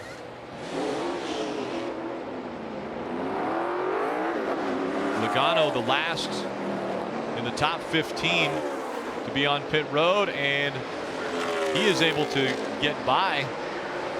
Looks like the 18 of Kyle Busch. Well, the issue with this strategy, the strategy is good. I understand the strategy. These crew chiefs are working on a road course, but it works at a road course because you stay on the lead lap. Some of these cars that are pitting are going a lap down. That kills the strategy. Here we are more with the 18. Needs to hit pit road, Marty. This is interesting, Steve, because these are one of the cars that pitted at lap 46. What you're going to see here from the 18 car of Kyle Busch, you see the left side tires going on. Adam Stevens making that call for 2 left side tires for Kyle Busch. Dale Earnhardt Jr. also on pit road right now. You see the right side tires going on, and that's going to be it for Dale Earnhardt Jr. 5-9 on the stop.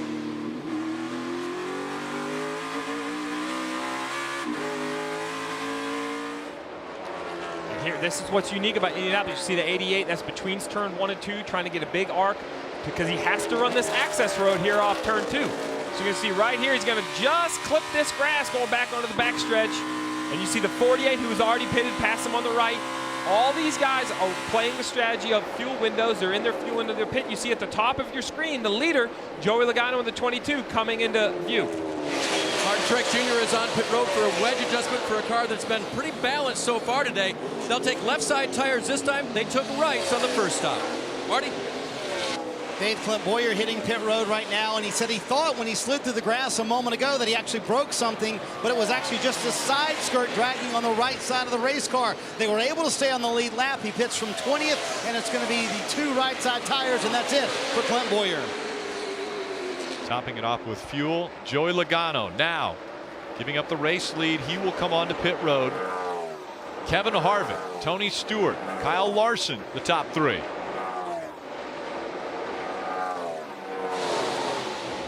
Dave. David Reagan stayed out on the last pit stop opportunity. He'll come in this time. His car's been tight earlier in the day. Remember, he had to start on the unpreferred inside line on that restart. Lost a couple of spots, Marty. Hey, Joey Logano got a tear off. He said he's a little too tight in traffic, tight in clean air, loose in dirty air. Taking a long time to get the left side of the car up for Logano. You see the wedge adjustment. He did pit from the lead. They lasted a long time on this run. Jamie McMurray also pitting. He said his car very loose, way loose when he's behind other cars. A big wedge adjustment for Jamie McMurray. Now those that are in front, they came onto pit road about 16 laps ago. Kevin Harvick on lap 46, Tony Stewart on lap 46, as Jamie McMurray makes his way back out on the track. Yeah, we saw some strategy here, people putting on 2 tires. Let's explain why. They just pitted 8, 9, 10 laps before. So if you only do 2 tires instead of 4, you can have a much better pit stop. If you pitted 25 laps or 30 laps, you're going to do 4. But with 2 tires, you can fill with fuel because you don't have to do 2 cans. Put 2 tires on it, it's a much quicker stop. 64 of 160 laps. The last pit stops on the scroll on the top of the screen. The last time each driver was on pit road. Those up front, the top 9 all came to pit road on lap 46. We mentioned the pit window, approximately 34 to 37 laps. Stewart Haas Racing with Kevin Harvick and Tony Stewart, 1 and 2 at Indy. The gap between Harvick and Stewart, 2.2 seconds. Green flag pit stops happening at Indy. Track position is paramount.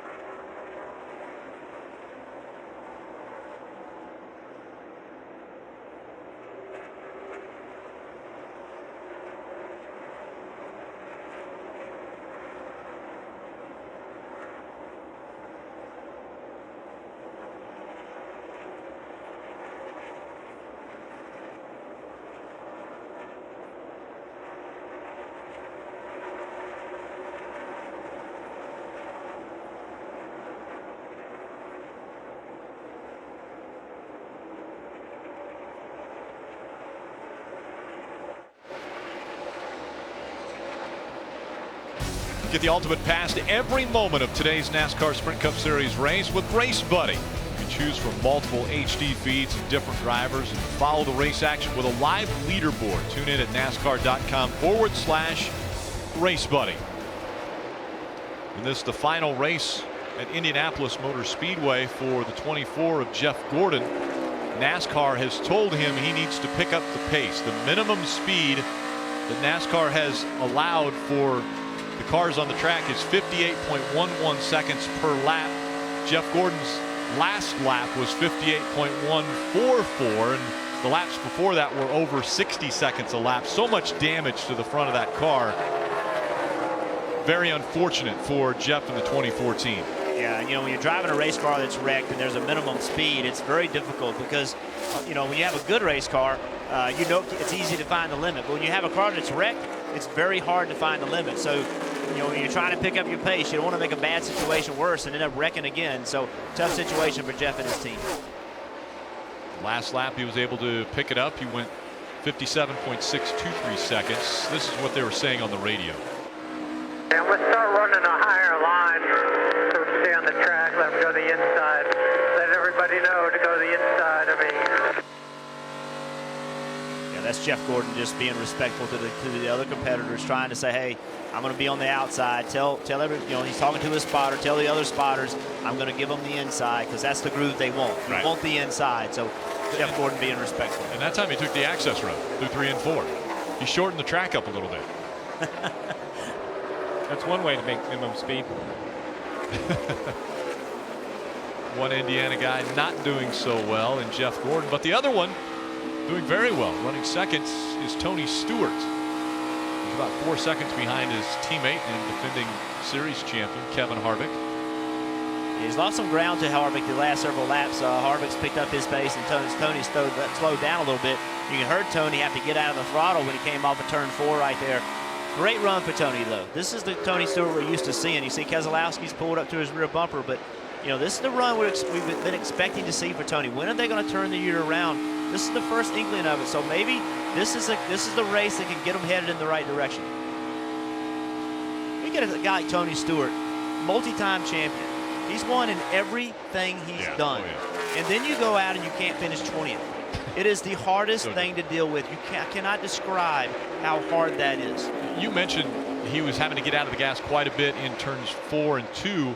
Is that because he's got 26 laps on his tires now, or 24 laps on his tires? Well, without a question, we've seen tire wear matter. It certainly has mattered. And but his car's not handling great. None of these cars are handling great. It's hot today. It's slick. This is the high drag package. It's not a high downforce package. So all these cars are slipping and sliding. We hear the drivers having to make adjustments. And the other thing is, we heard drivers talking about being tight when they're by themselves. They have to be tight when they're by themselves because when in traffic, they're crazy loose. So you have to err on the side of being tight. So, there's a big change between being behind a guy and in front of a guy, and they're going to be hard to drive all day long. I know we have talked a tremendous amount of strategy, but right now, I'm loving the strategy of the 4 of Kevin Harvick. They did last year on pit road at lap 46, and everyone else short pitted their windows to try to get into a 2-stop window. What I'm not sure if Rodney Childers and Kevin Harvick of the sport don't already believe they're in that window, because we're starting to hear in the radios a little chit chatter about save me a little gas. We might get some cautions. When we talk about strategies, the strategy you don't even know exists is usually the one that wins. Because if you think you come up with something unique, the first guy to get on a unique strategy has a chance to win the race. And the 4 right now, I'm not sure he's not saving gas. When I listen to him on corner entry, he seems to be lifting a little early, not using any brake into 1 and into 3, trying to find that extra lap in the tank.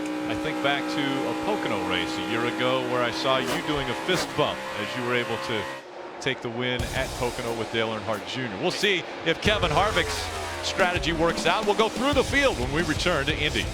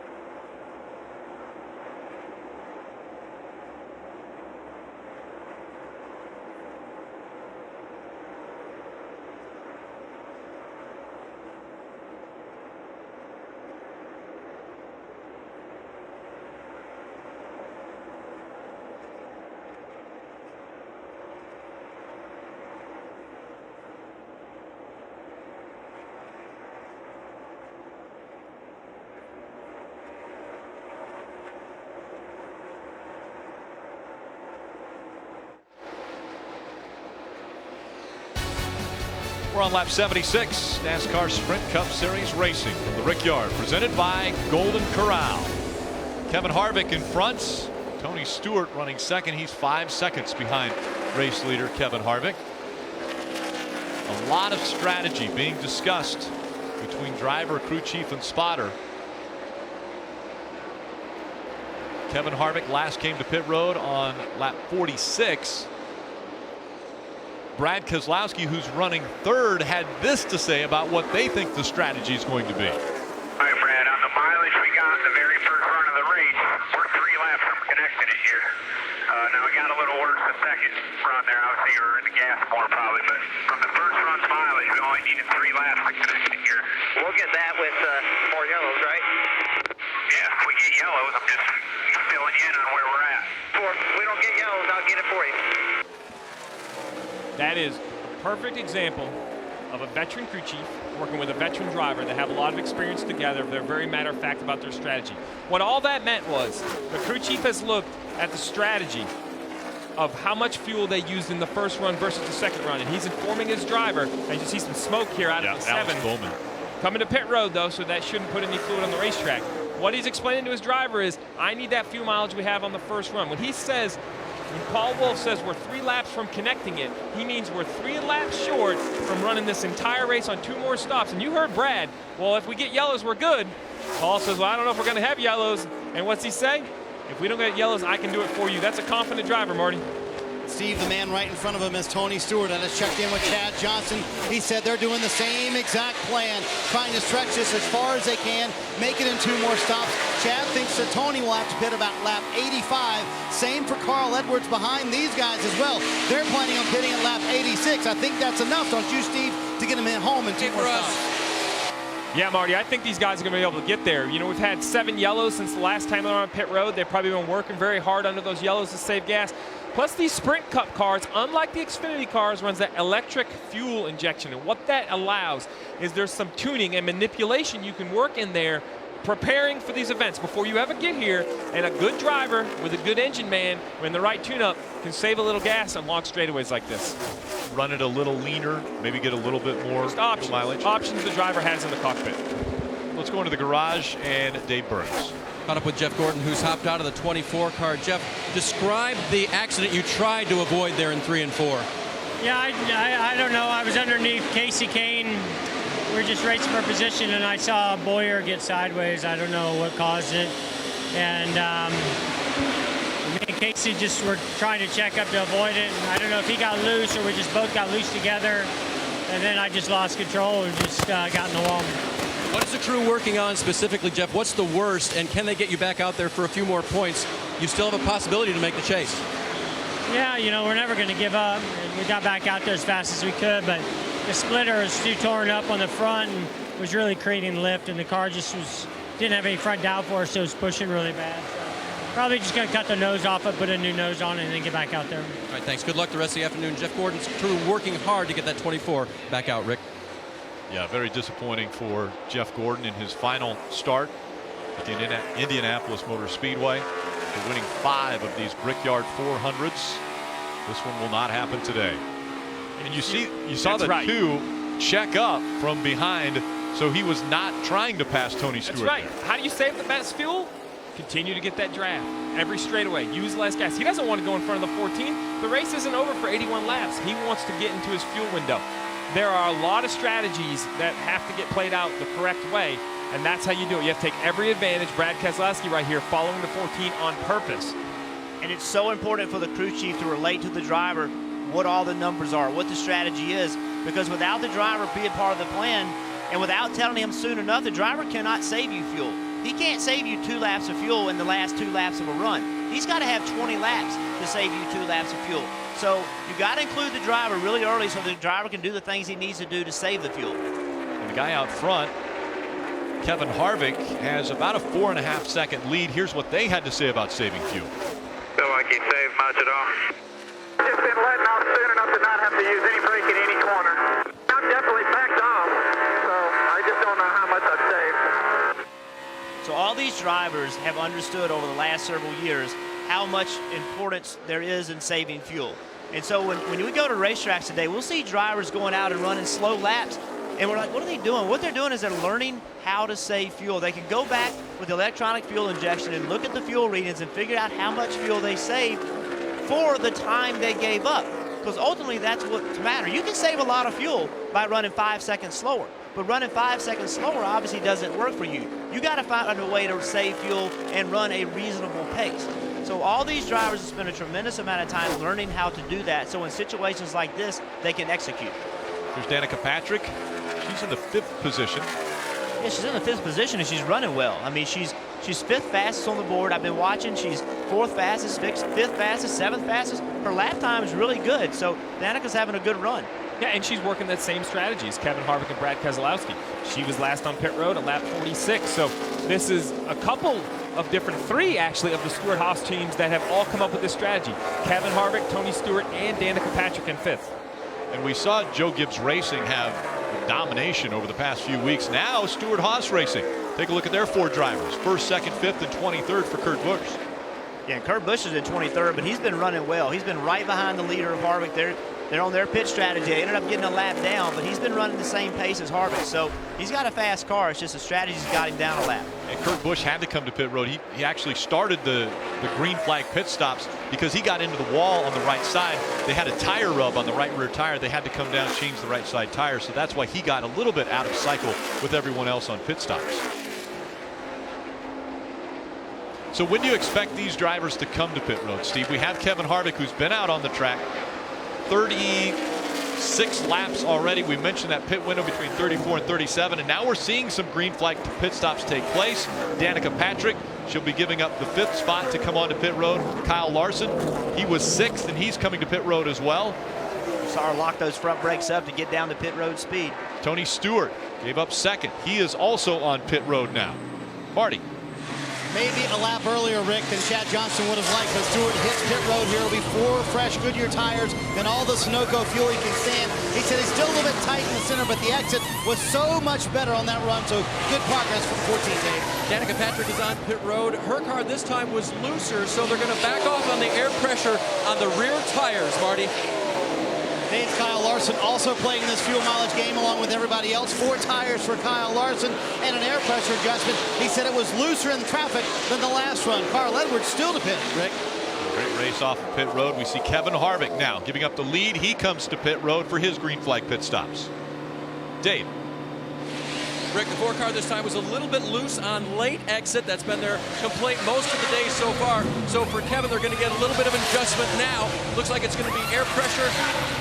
And now they're going to get the wedge adjustment on that car a little bit more drastic. Trying to keep Kevin in the game here. 4 tires and make sure they pack it full of Sunoco fuel. That's what they really have to do to make this strategy work. Mike. Ricky Stenhouse Jr. saying he's been loose in traffic but tight in and off. They're going to try to correct him with an air pressure adjustment, a 4 tire change as the team goes to work on the right side. Finally swings around to the left side to complete service there on the 17 of Stenhouse. Meanwhile, Casey Kane's car has picked up 16 positions since the start of the race. He did a 4 tire change and a wedge adjustment away. And the 2 of Brad Keselowski looks to be coming to pit road now. And you know what I love about that? That's 2 laps later than some of the other guys he's going against, Mike. Yeah, that's right. Brad Keselowski definitely playing that fuel mileage game today. Started 31st, has made his way all the way to the lead. And they're on pit road here for the first time since lap 46. 4 tire change and as much fuel as they can get in that race car. Now Kyle Busch will take over the lead. He came to pit road on lap 60 as we see Carl Edwards also on pit road. He heads in front of you, Marty. Rick just filed this away. The latest of all the cars to stop here. Carl Edwards in that Toyota. They have stretched it as far as they could. 4 tires for Edwards. He said it was much looser in traffic than it was on the last run. So it'll be an air pressure adjustment for Edwards. Trying to tighten it up a little bit in traffic. Darian Grubb making the call on that stop, Rick. I love it. I love the aggressive calls. I don't think it's any shock to me that the 19 of Carl Edwards and Darian Grubb are on this strategy. Darian, his signature on top of the pit box are his fuel mileage wins. He's done it with Casey Mears. He's done it with Carl Edwards. When he sees Denny Hamlin. Denny Hamlin. When he's Tony Stewart at Pocono, right. They did one year. Darian Grubb has this great vision of how to break these races down and to think outside the box. Paul Wolfe and Brad Keselowski is the same way. What really is shocking me, though, is those cars all have wins. This 42 of Kyle Larson. Remember, he didn't get to run the Martinsville race. They took a big hit in points. When I talked to his crew chief, Chris Heroy, he emphasizes the fact that while they really want to run good in the points, they feel they need to win a race to make the chase. So we saw him stay out at Michigan early in the year trying to play weather. Here they are on the aggressive pit strategy again. Kyle Larson right now 14th. He came to pit road on lap 83 when a lot of these drivers came through to try this cycle of pit stops. Kyle Busch, as I mentioned, was on pit road at lap 60. He's got about another 10 laps to go before he'll have to come to pit road.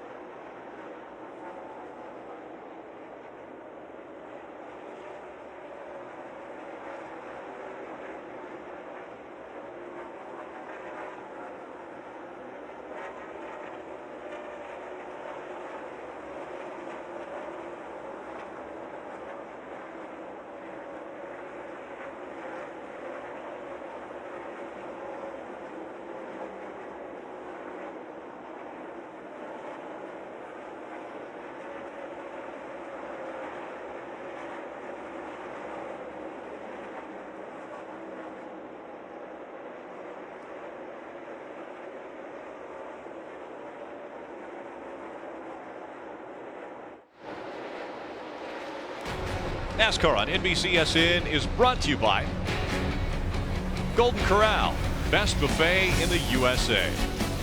Sprint, check out the new All-In plan at sprint.com/all-in. And by Coca-Cola Zero. If you don't know Zero, tell you've tried it. 90 laps complete, 70 to go. And the 20th, Matt Kenseth has made his way onto pit road. Dave Burns.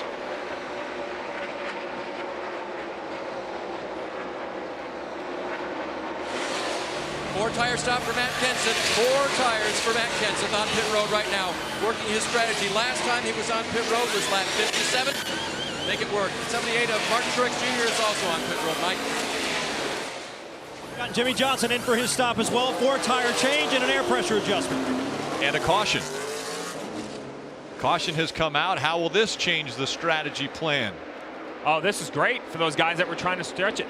Tony Stewart, Brad Keselowski, they were only on pit road 5 laps ago. They don't need tires. They're going to be out of the gas, have the engine shut off. This is gaining them the laps they were short. The 2, the 19, they were a couple laps short. They're going to need this caution to help. The 18, Kyle Busch, about to come to pit road. The caution comes out, and does he make it? Yes, he stays outside the orange cone. He stays on the track. And now he would have rather made it. Yes, he would have rather made it. He would have rather been on pit road when the caution came out. Been a free pit stop for a it. free pit stop. You get on pit road, the leaders slow down. That's unfortunate. Jimmy Johnson, he was on pit road with the caution come out. That's like hitting the slot machine in Vegas right there. That's giving you instant track position. And there's a light at the beginning of pit road. He saw that light was red. Had he pitted, there would have been a penalty. As soon as it went red, he could not hit pit road. He went back on the racetrack. Smart move. Good move by race leader Kyle Busch. Take another look. Take another look at Kyle coming to pit road. That light that you mentioned, green. There you go. There goes red. Now it's red. So that's a sign. Hey, do not pit. If you pit, there's going to be a penalty. So it's flashing red. The spotter's probably saying stay out, stay out. Stayed outside the cone. Nice move. Yeah, Kyle can't control when it switches. That's a heads-up move because coming down pit road in that penalty would have killed his day. Instead, he just wasn't quite lucky enough to get on pit road in time. He wanted to see green. I mean, he was praying for green because that would have been a free pit stop, would have been exactly what he wanted. So Kyle Busch has gone 31 laps. Joey Logano has gone 29 laps on this most recent run.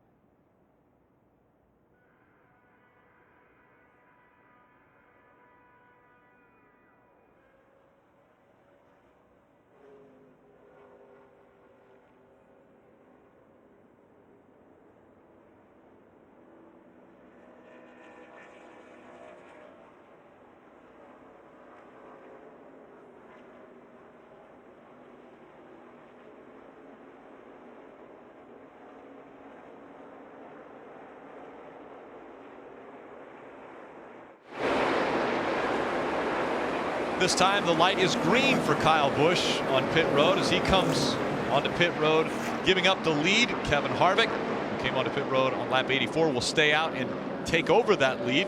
Let's go to pit road and Dave. And David Reagan will bring the 55 onto pit road. Very good run so far for them today. Very consistent, qualified up front, and have kept the car there.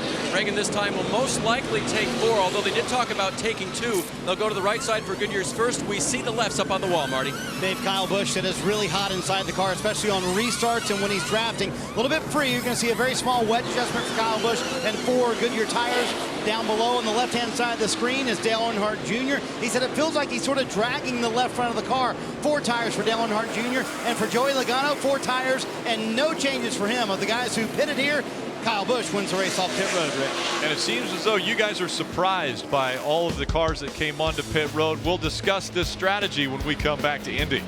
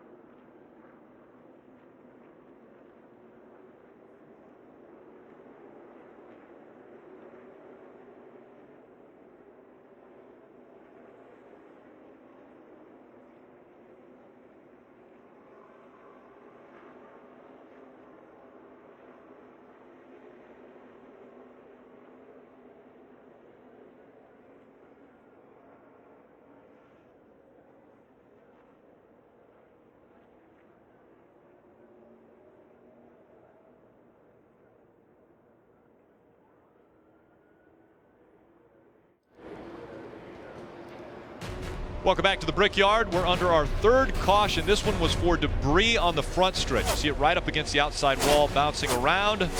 NASCAR threw the caution, and we will have the restart. When we return, we'll make sure we have as many green flag laps as you can see.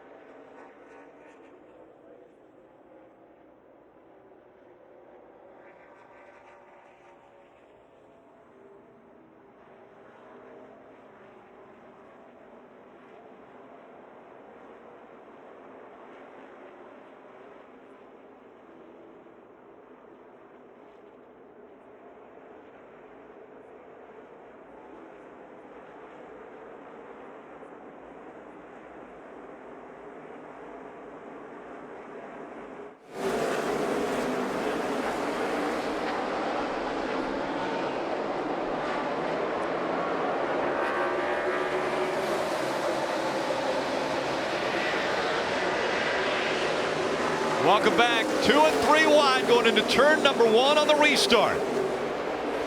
Here comes Brad Keselowski in the middle. Got very loose. The 48 of Jimmy Johnson has to go way down onto the apron to avoid. And Brad's still in trouble. You lose that momentum on the restart. Here they come. The 48 being pushed by the 22 of Joey Logano. Denny Hamlin in the 11. Everyone's looking for room on the bottom of the backstretch. Kevin Harvick, a great restart out in front of Carl Edwards. Brad's got his feet back underneath him now. He's looking for room on the bottom of the 42, trying to gain those spots back. Differing strategies here under this caution. Harvick, Edwards stayed out. Kenseth stayed out. Kyle Busch running fourth. He came to pit road.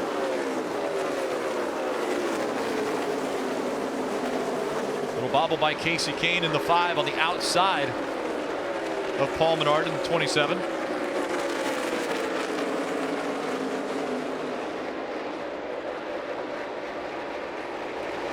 Take us through the strategy that we just saw take place there, Steve. A lot of drivers came onto pit road as we see Kurt Busch go all the way down to the grass on the backstretch. Yep, you have that run. You have to take that run. He can't lift. He has to look for real estate to try to get around the 5 of Casey Kane. Still trying to make that pass, and he does. So you were surprised that so many cars came onto pit road. Was there someone who should not have come to pit road that did? I was shocked. I had about 9 or 10 cars that I thought could make it on fuel with the caution that was going to bring them to the window. The one that really surprised me was the 14 of Tony Stewart. I thought Chad Johnson had played it perfectly. I thought that caution was going to get them on into their window, but they hit pit road, Marty. And Steve, here's why they hit pit road. I talked to Chad. I said, weren't you in your window? He said, we were very tight to our window to the very end of the race. He said, we probably could have made it, but I'm not quite sure. So I just wanted to be sure we could make it and then have some for a green-white checker too. And then he made a very important point. We have to do something different than Kevin Harvick. That's the only way we're going to win this race. So that's why he made the call to come to pit road for those 2 tires. So agree or disagree with that call, Steve? Well, I mean, I understand his theory about doing something different than the 4, but I don't think 4 or 5 laps worth of fuel where there's something different I would try. I think he has a good car this weekend, but it's easy to say up here. The 14 has had a down year, Marty, so probably the last thing Chad Johnson wants to do is take a great run away from Indianapolis, you know, or Indiana native Tony Stewart. If he's having a great day, he doesn't want to run out of gas for the last 2 laps, so I will give him credit. He came and got fuel and only lost 2 spots, so he understood the situation he was in, but I'd rather be Kevin Harvick and Carl Edwards out in front of the field. I want to go back and watch this restart. Things got really hairy.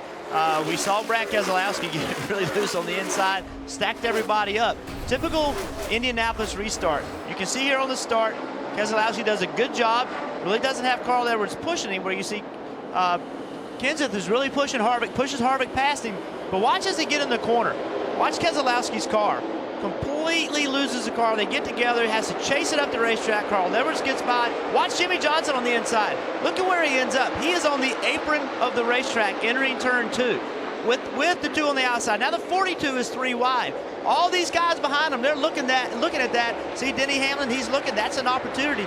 22 pushed to 48 though and got that line going back. That's why the 11 was not able to make progress. Mike Massaro. And Rick, that's exactly what Paul Wolfe was worried about on that restart just before it began, before the green flag came out. He radioed to Brad saying, hey, look, be real careful on this restart. You've battled all the way from the back of the field to the front. Let's not give it up right here. And unfortunately for him, that's exactly what happened. Well, that's easier said than done. I mean, you know, you got to pick up positions. You got to go as hard as you can. And you're not loose until you know it, right? So when the car's on the outside of you, you feel like you have grip. You drive in there, you stab the throttle, and next thing you know, you have to chase the car up the racetrack. So, yeah, you can go in there and drive real easy and not lose any spots, but guess what? You're not going to be gaining any either. You drivers. The crew chiefs tell them and the drivers don't listen. If it was only that easy. So it was a difficult restart for Brad Keselowski. Here was the radio on that restart.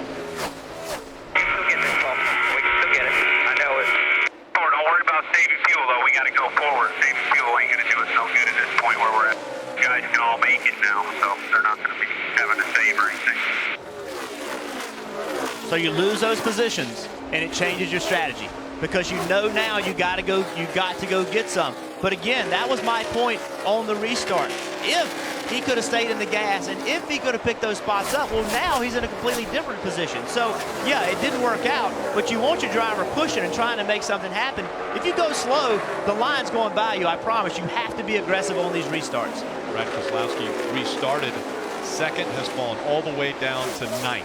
And we were just talking about it with the 14 car. It's all about fuel windows and where you have pitted last. With the 14 of Chad Johnson, Marty reported they came and they got fuel because he had to be on a different strategy. You see the strategies here in the top left. Kevin Harvick, Carl Edwards, they were last on pit road at 84 and 85. They needed help. They decided that caution was enough to save gas to make it to the end. Matt Kenseth, Kyle Busch, Joey Logano, and right behind Joey Logano with Tony Stewart, all pitted at lap 93.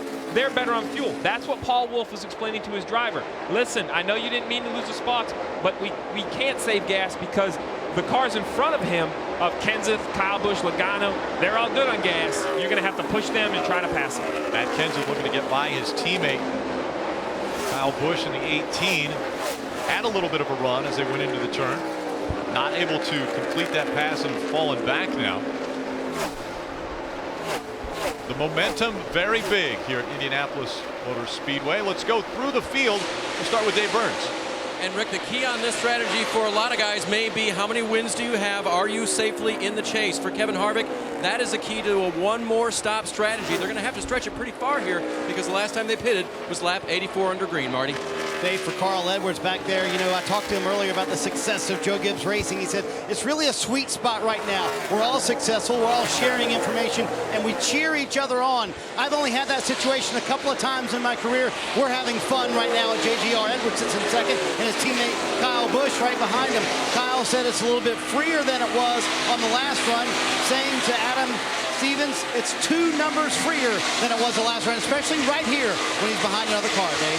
Marty, his teammate Matt Kenseth also looking for the one more stop strategy. They were last on pit road on lap 90. They may be 1 lap short, according to what we're hearing. Marty?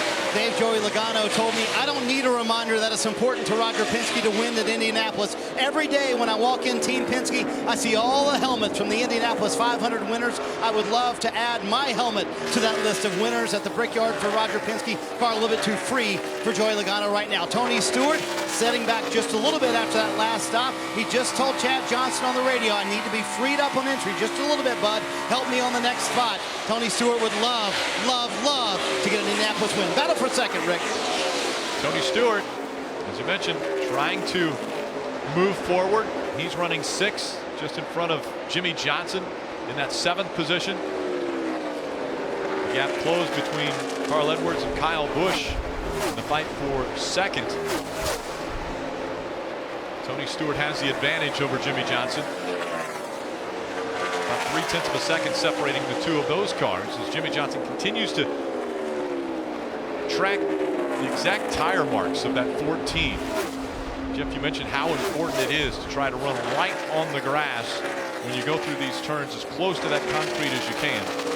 Yeah, this place is really line sensitive, and it's a game of inches. If you miss it by 2 inches, you're out of the groove. So especially when you're trying to really maximize speed. You know, these drivers are trying to get 100%. They're not running around there at 97%. They're trying to get 100%.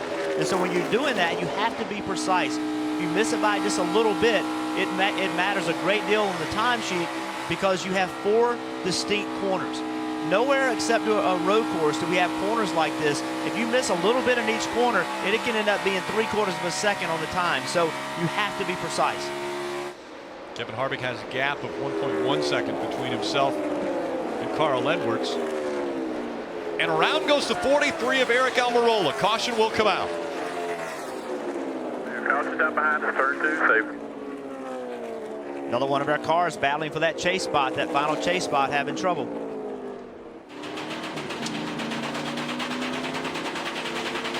That's not a sound a driver likes to hear. Yeah, a lot of damage being done right now to the 43. He was 17th. When he spun out, there are 25 cars on the lead lap. Ricky Stenhouse Jr. currently in 25th. See a lot of damage to the splitter on the right side in the back of that car. Take a look at what happened. He just got loose, left the corner behind another car. We've heard all day long how when you're behind somebody, your car is really loose. He was behind 2 cars. Back end just came around on him. He lost it. Ended up getting into this inside wall. A lot of damage to the car. But again, watch his hands.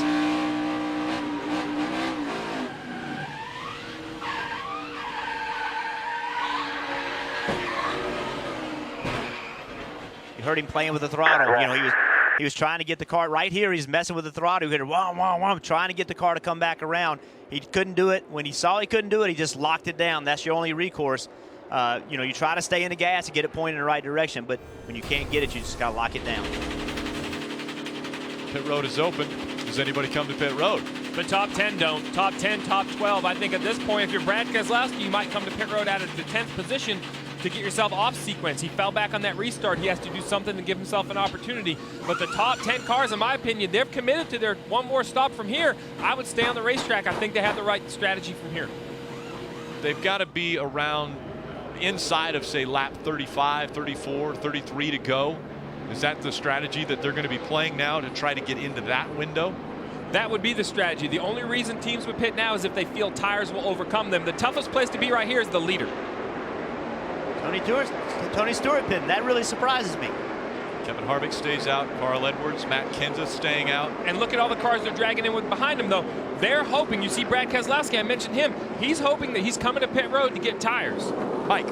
And Keselowski has made his stop, and the wedge wrench has gone in on the right side. They're going to make a chassis adjustment there as well. 4 tires for Keselowski, and as much Sunoco race fuel as they can get in that race car to stay on this fuel mileage game. Marty. Mike, Tony Stewart with a top 5 run today. Chad Johnson makes the call to bring him to pit road. Stewart said, I've got to be freed up on entry. It's going to be 4 tires for Stewart. For his Kyle Busch further up pit road, it was just 2 tires for him. They said, on the radio, let me know what the 2 does. Let me know what the 2 does. So a 2-tire call for Kyle Busch, who's already left pit road.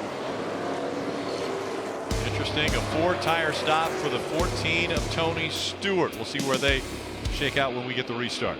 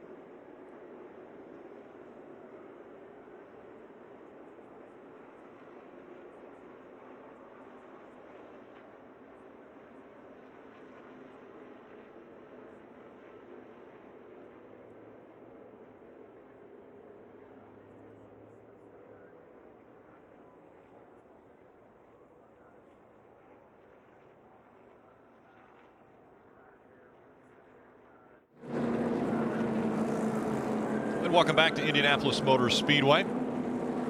As we look at the Toyota Camry on-track car, Jeff Burton, you were able to get on track yesterday, and we saw that on Countdown to Green.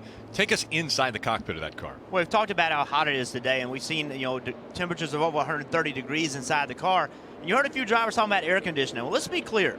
There's no air conditioning in the car. The air goes to your helmet through that hose, and that blows air into your helmet that's about 20 to 30 degrees cooler than what it is outside. So that doesn't sound like a lot, but blowing to your head, that's a big difference. The theory is keep your whole head cool, and it'll keep the rest of your body cool. And also, through that, you get the air scrubbed, so the carbon monoxide gets scrubbed out of it, so you get cool, clean air into your helmet. It's a wonderful thing. I've always heard cooler heads prevail. Yes, but I don't think any of these races work then. These races will make you wonder about that. Let's update how the Toyota drivers are doing today. You've got Carl Edwards in second, Matt Kenseth in the third spot, Denny Hamlin seventh. Joe Gibbs Racing once again having another good day. Clint Boyer in ninth, Kyle Busch is 10th. Yeah, we talk about the temperatures.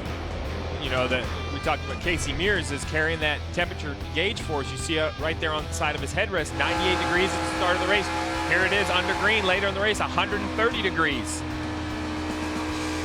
Continues to rise throughout the day. Here it is on a pit stop, 133 degrees. They give him a bag of ice trying to get him cooled down. Now we're up to 142 degrees as we're leaving pit road going up through the gears. The car will actually cool down a little bit as they run under green, but when you come down to pit road at those slow speeds, man, that temperature really, really spikes. Marty, the 22, they're having a little trouble with the heat as well? No, not in trouble right now, but we saw temperatures yesterday around 150 inside the car, so I guess 8 degrees is a little bit better. It's not great inside the car, obviously, but for just the second time in his career today, Joey Logano running a cool box and air conditioning. What you were talking about, Jeff, to get it a little bit cooler inside the car. He tried it last week at New Hampshire, running it again today. They'll do anything they can to cool it down, and I'm sure, Jeff, 8 degrees means a lot inside that race car when it's 8 degrees cooler. Oh, no question, and I didn't run an air cooler 2 times. I always ran it. You know what I'm saying? He said this is only the second time he's running. I always ran it. To me, it was easy. There was no reason not to run it. I thought it made me better. I still don't understand why all drivers don't do it. Coming up to 49 laps to go in the Brickyard 400. Kevin Harvick, Carl Edwards. Harvick on the outside. Carl Edwards on the inside. Green flag back in the air.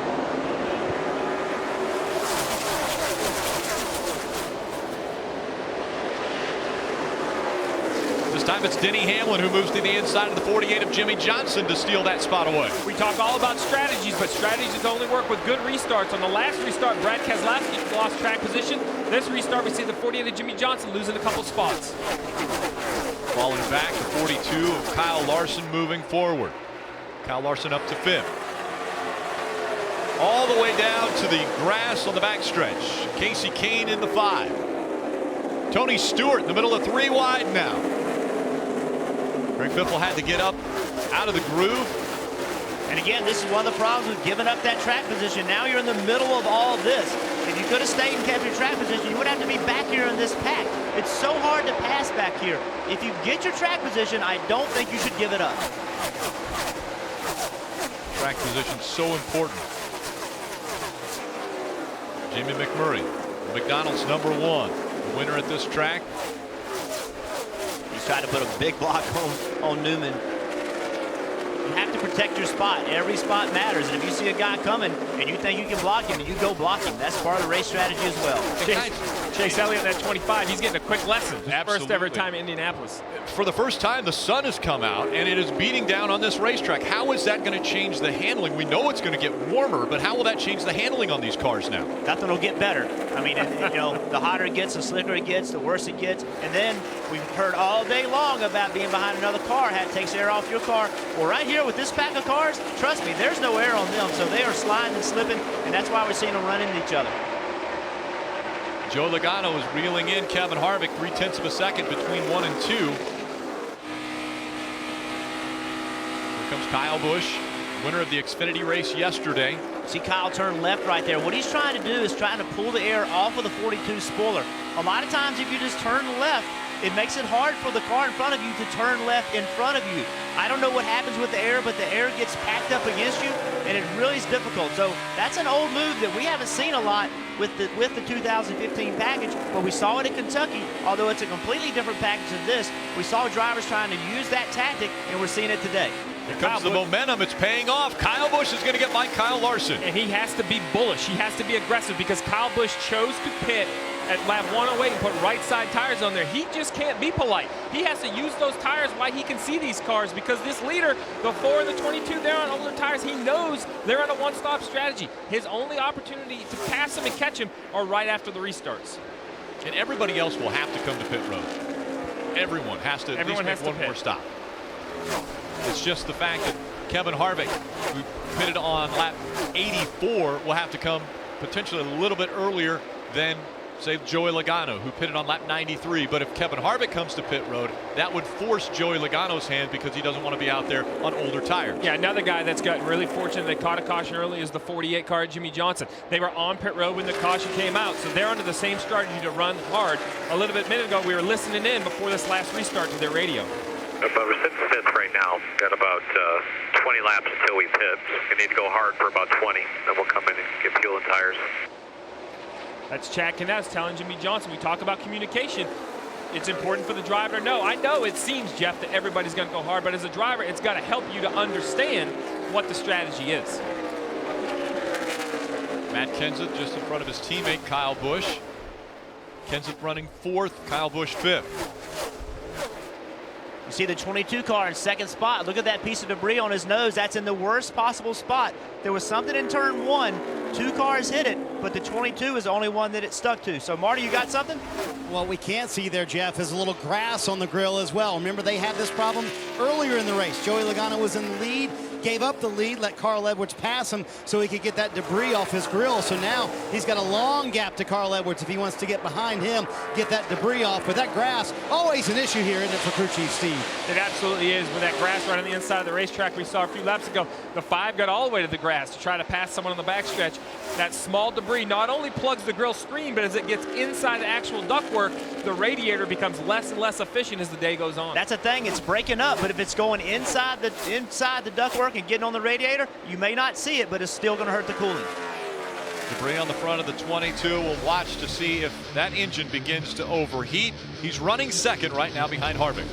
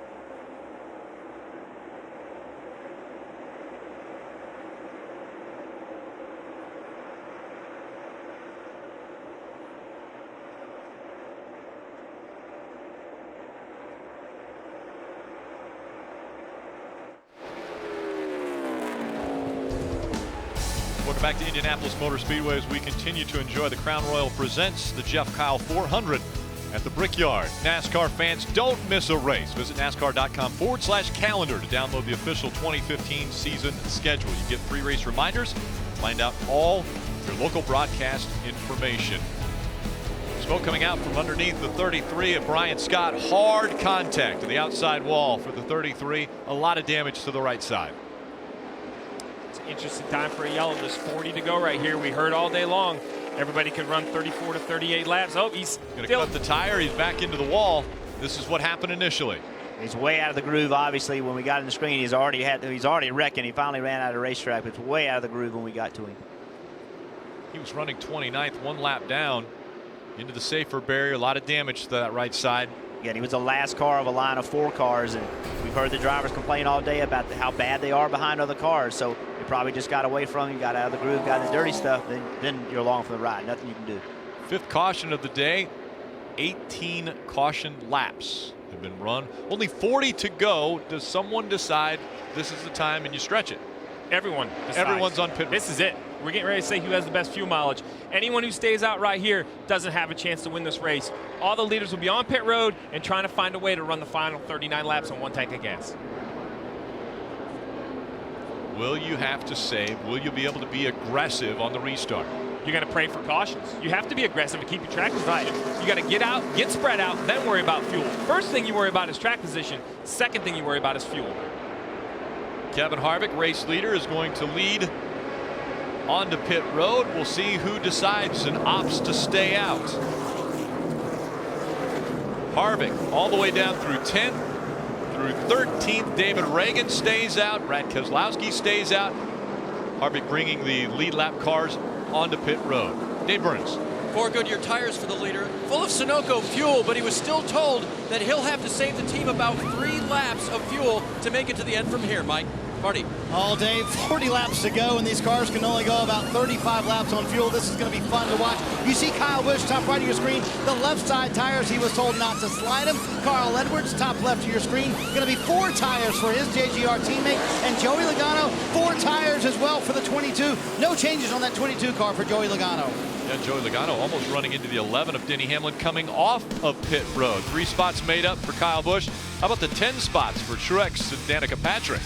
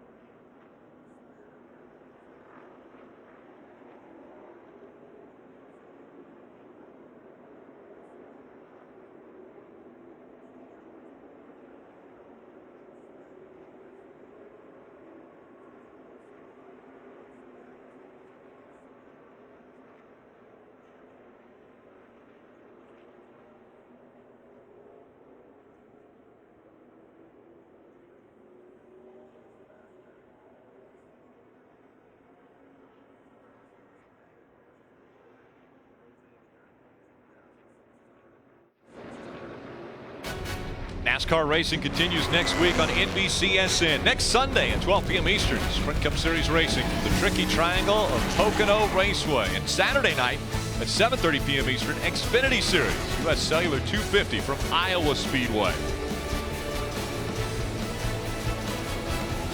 Number of lead changes today at Indianapolis Motor Speedway presented by Sprint. 10 different lead changes.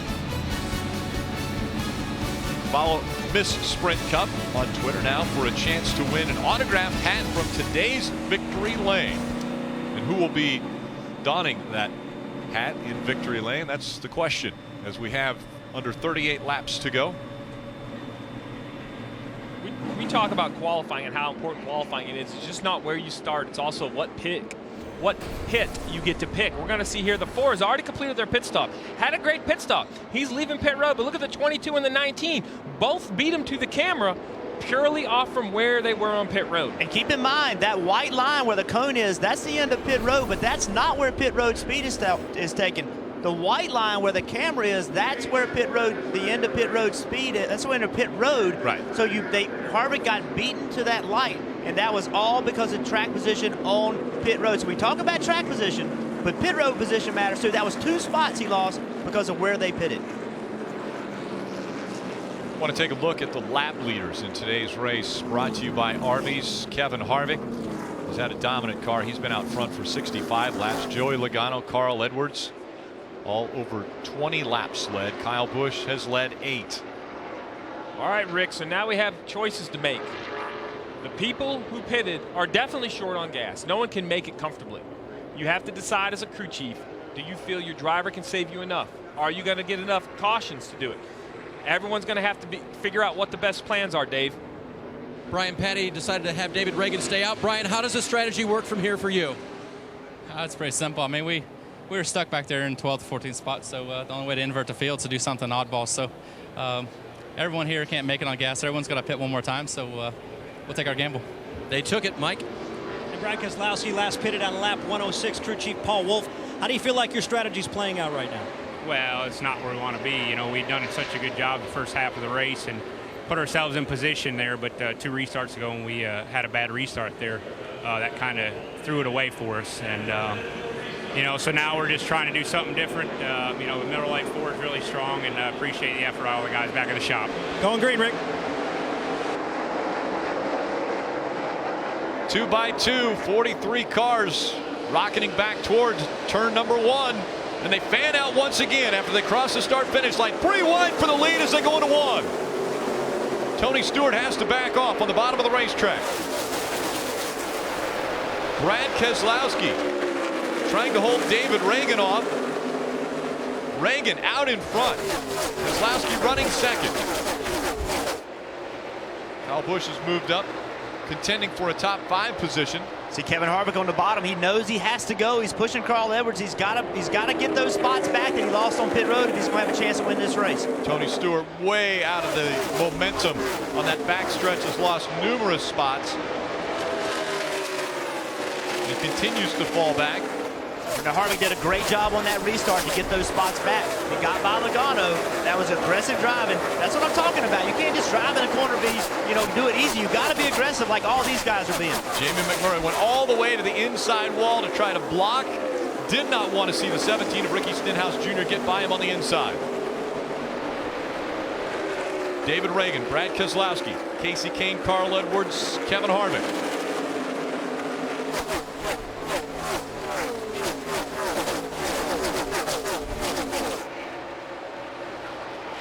This right here is the race, guys. Edwards and Harvick. Harvick gets underneath Edwards. Why that's so important, and these are the last 2 guys that just pitted. Both of those guys were off pit road at 121. We all know everyone's close on fuel, but without a doubt, Reagan, Keselowski, and Kane must stop. They were on pit road at lap 108. So if anybody's going to get the lead and save fuel, it's going to have to be either Kevin Harvick or Carl Edwards. And Kevin Harvick trying desperately to catch up to those top 3. Once again, Carl Edwards goes down to block the advance of Martin Truex Jr. And you see how late he has to make that block. Because of these spoilers, the teams get such a run down the straightaway. Ricky Stenhouse Jr. looks like he got into the wall, at least way up against that outside wall, and you see the tire rub now as the smoke comes out the right side. And the 4 and the 19 are hoping for a caution right here. They're looking for an opportunity to save gas. They're watching this TV, seeing if he can get back to pit road. He was 22nd when he got into the wall. We stay green. There hasn't been a caution come out as the smoke continues to billow, and the right front tire goes down on Ricky Stenhouse Jr. And we're going to see the 55 pit right now. They're pitting, hoping the caution comes out. They saw the trouble. They saw the possibility of a caution coming out, so they hit pit road right now. Brad Keselowski out front. Casey Kane, they stayed on the track. Dave Burns. The balance of the car for David Reagan was really, really loose, so they're going to work a little bit on that. Looks like with air pressure and left side tires, that should tighten him up. Mike? Johnson on pit road 2. They're going to top it off with as much fuel as possible. He's away. And guys, here's the stop for Tony Stewart that we expected. He's had a top 5 car for much of the afternoon, but now been mired back through pit strategy. 4 tires here for Tony Stewart. No adjustments. He needed to be freed up on that last stop. He leaves pit road with those 4 fresh Goodyear tires. He's got to try to stay in front of Brad Keselowski. Keselowski will still have to come to pit road, as does Casey Kane. Kevin Harvick, 0.7 of a second behind Brad Keselowski, running in the 3rd spot.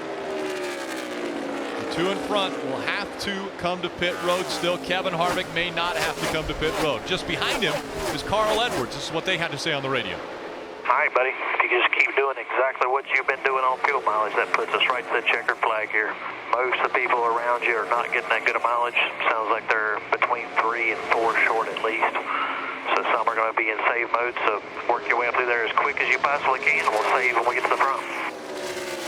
So with 32 to go, you see the 5 of Casey Kane peels off. Carl Edwards, I know the 4 is where he wants to be in front of the 19, but Carl Edwards is a very smart driver. If he thinks that he has better mileage than the 4, he might just ride right there behind him, ride in the draft, saving fuel. And here comes Casey Kane in front of you, Mike.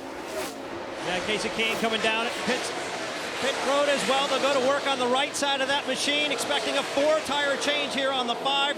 Team completes their service on the right. It's only a 2-tire change, just right sides only. 2-tire stop for Casey Kane, trying to shake it up and get back out on the racetrack. Okay, so we got a chess match right now. We got Carl Edwards, who's won a lot of races stretching fuel a great deal. He is perhaps one of the best in the business at stretching fuel. Guess what? Kevin Harvick's right in front of him. He also was one of the best in business saving fuel. So who can do it and keep reasonable speed? Again, anybody can save fuel, but the people that can save fuel and still run a reasonable speed, that's the ones that are the best. It's been 22 laps since Brad Keselowski was on pit road. This is what they had to say on the radio. Is my lead growing on the guys again? Or is it staying the same? Lead is growing. I don't want to pit. The yellow comes out. We're pretty much hosed either way. So only chance is if it stays green. I got to keep growing this lead. Isn't it crazy that you're leading the race and you know you're doomed? I mean, you know, really. I mean, he's out there leading the race, and it's great. He's leading the race, but he's got to pit, and everybody behind him, they don't have to pit again. So, you know, welcome to Indy, welcome to fuel mileage. And that's why he's doomed, Jeff.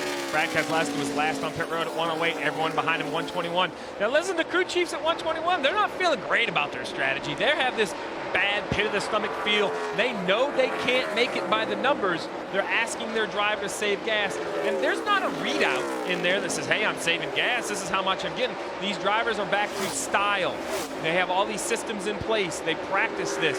And this is why you practice it, because everything is a race. Fuel mileage can come into it. Pit stops can come into it. Strategy can come into it. Any way you can win, you want to be the first guy to cross the bricks in 29 more laps. And the thing is, the crew chiefs don't know if they can make it, but one of them will. Yeah. One of them's going to find a way to make this work. It's just you got to make it. You got to find a way for it to be you and your team. Rick, this is the Brickyard 400. If I'm going to run out of gas trying to win a race, it better be a big one, and this is a big one, Marty. Well, Steve, Jeff Burton's points taken because of Kevin Harvick, obviously very good at saving fuel, but keep this in mind. Every stop today, who's been able to go the longest? The JGR cars, those Toyota cars. Carl Edwards, specifically among them, has been able to stretch the fuel longer than everybody else all day long. That might get him a Brickyard 400 win. It's going to be interesting to play out, that's for sure. But can he have the discipline? Racing Kevin Harvick, he sees that 4 car. Really, that's the lead. I know Keselowski's leading the race, but that's the lead right there. Can he have the discipline to not chase him, to run his pace, to run fuel mileage pace, not necessarily race winning and fast time pace? It's like a 185-mile-an-hour game of chicken. You go faster. No, you go faster. No, you go faster. I want you to use more fuel than me. How many times have you been in your car and you see the red light come on? Oh, I need fuel. I'll get it tomorrow. Guys, yeah. I think I can make it home. I'll get it tomorrow. I've got probably 30 miles of fuel still in my car. Well, these guys only get about 4 miles to the gallon. So it's going through quite a bit of gas. Yeah, and you stretch that for a day. You're like, I don't want to stop again for a day, worrying about that fuel gauge. These guys are racing for the Brickyard 400 trophy. And what makes it difficult when you figure fuel mileage in a big track is laps per gallon. Well, every lap is 2.5 miles. That's a big window. I'm telling you, they're down to the fraction, man. We're going to run out at 159.15. I mean, now you're at this fractions of a lap. Calculators going crazy on the pit boxes right now with all the engineers. And Kyle Busch, we've talked again, high drag, high drag, high drag. The position he's in right now, he has the least amount of drag on his car as perhaps anybody in the top 5. He's very close to the 78 of Truex. That's right where he wants to be. If he can stay close to him, there's no air on his car. That's how you save the most fuel. The question is, can you stay close to him and not use too much fuel trying to do it? That's what all these drivers are having to juggle. And one of the other things Kyle Busch has got to remember, big picture. He needs as many points as he can get to get in the top 30. Stay with us.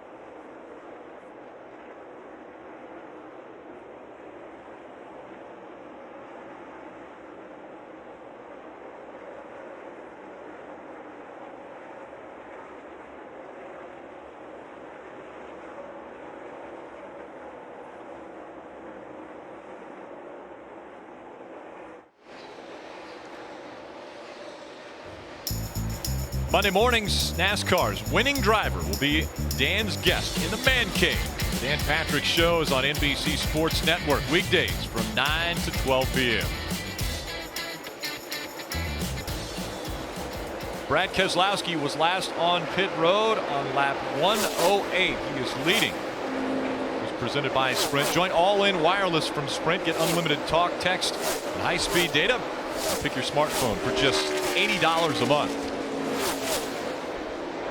The last pit stop for Brad Keselowski, 108, 13 laps different from the guys behind him. Kevin Harvick, Carl Edwards, Kyle Busch, Martin Truex Jr. all in the top 5. Keselowski will have to come back to pit road. And he's not going to be the only one. Even the cars that pitted at lap 121 are short on fuel. Some think they can maybe make it get close. But there's a lot of cars up there that are going to have to come to pit road, but the 2 is definitely going to have to pit, aren't they, Mike? You know, definitely might be a strong word, Steve, but I would think there's a high probability he has to come down pit road. They did have one run at one point this afternoon where they went 49 laps on a fuel run, so they are getting very good fuel mileage. But by my calculations, that also had 5 laps of caution during that period of time as well. If they were able to get 49 laps, that would still only bring them to, I think, what, lap 156? So certainly Brad would have to save a lot of fuel in order to not have to stop. Just 22 laps to go now as he crossed the yard of bricks. 21 laps remaining in the Brickyard 400. Kyle Busch won the Xfinity race yesterday. Now he's in the 4th position. Here's what they had to say on the radio just moments ago. The leaders are running each other hard. Just keep being smart and saving. That's how we're going to win this thing. You're good with that, right, Adam? Just manage the gap to Joey, whatever we're doing here? Absolutely. Keep doing that. That's what we got to do. All right. Simple. Just wanted to make sure that's the plan. Manage the gap to Joey. What that means is I'm the spotter. I'm going to be watching the car behind you. I'm going to tell you how far that car is behind you. All I want you to do is if we're a second ahead, I want you to be a second ahead. I don't want you to be 1.4 seconds, 1.5 seconds. I want you to maintain that pace so we don't burn any more fuel. Steve, one thought. We have seen Edwards all day long be able to stretch the fuel more than everybody else. Does he run hard here? Make Kevin Harvick run harder than he wants to. Make Kevin Harvick try to run more fuel, but because the 19 of Carl Edwards has shown all day better fuel mileage, try to put the Ford in a position they don't want to be in. Absolutely. Joe Gibbs Racing not only has fast cars all running very well, Edwards in 3rd, Kyle Busch in 4th, Hamlin in 7th. They also are getting great fuel mileage, and that's uncomfortable as a competitor when the competitors you're going against are getting both. You see here 3rd, 4th, 7th, and 10th, and a caution on the racetrack. Debris on the backstretch brings the caution out for the 6th time today at the Brickyard. The first one was debris on the backstretch. And this time it looks like part of a tire potentially on the backstretch back up against the wall. Now this helps everyone who came to pit road on lap 21. And there we see Trevor Bayne, a lot of tire rub. Free pass is going to the 9 of Sam Hornish Jr. All right, crew chief. I'm just driving this thing. What are we going to do? We're staying out. We've worked all day long. We've run 141 laps. We've come here all weekend long with the new aero package. We've done everything we can do to try to win this race, the Brickyard 400. There is no way I'm taking my car off the racetrack with 19 laps to go. We're going to stay on the racetrack, keep track position, and see how the air works. Unless you're Brad Keselowski. He can't stretch it that far. Brad Keselowski is definitely coming to pit road. The race, we've mentioned it before. Brad is the leader, but the race right now is between the 4 and the 19 and the 18. The question, though, is how many people are coming? If a lot of people come to pit road and Brad can come out in front of those people, then it's not a big penalty for Brad. That's the big question. Who comes on pit road? But here's the problem I have, Jeff. Tony Stewart, Jimmy Johnson, David Reagan, Boyer, Casey Mears, Casey Kane, all those guys pitted under green. They're staying out. That means if I come to pit road, I'm guaranteed to start no better than 9th or 10th. No way am I coming to pit road and we're going to restart 10th. And once again, the 43, extensive damage to the right side. He had problems earlier, and then look here, as the caution was thrown, he and Trevor Bayne not agreeing on the way things were going on the track.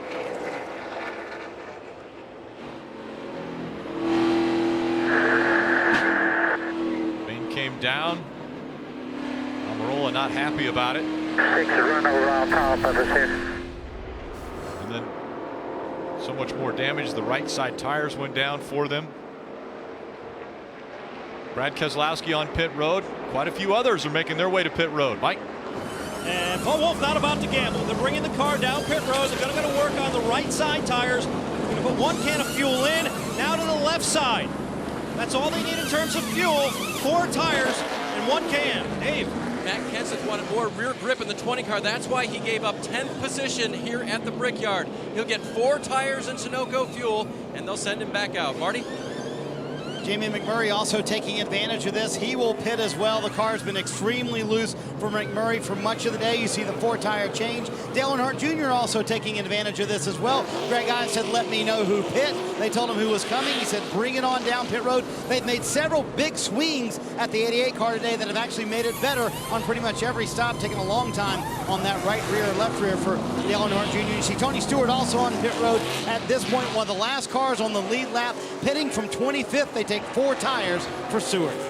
And interesting, what we saw there with the 88 team, the gun didn't work on the rear of the car, and so they can't go get another gun. They used the one on the front to be able to change the right rear of the 88, so it took a little bit longer on that pit stop. And I'm really confused about people pitting at, guys that were at the end of the lead lap. I have no idea why you pit right there. I don't know why you don't stay out, get your track position. If you know what? I mean, you're here to try to win the race. Right. And you're pitting and you have zero chance to win the race. If you're at the tail end of the lead lap, stay out. Track position's huge. There's no reason not to stay out.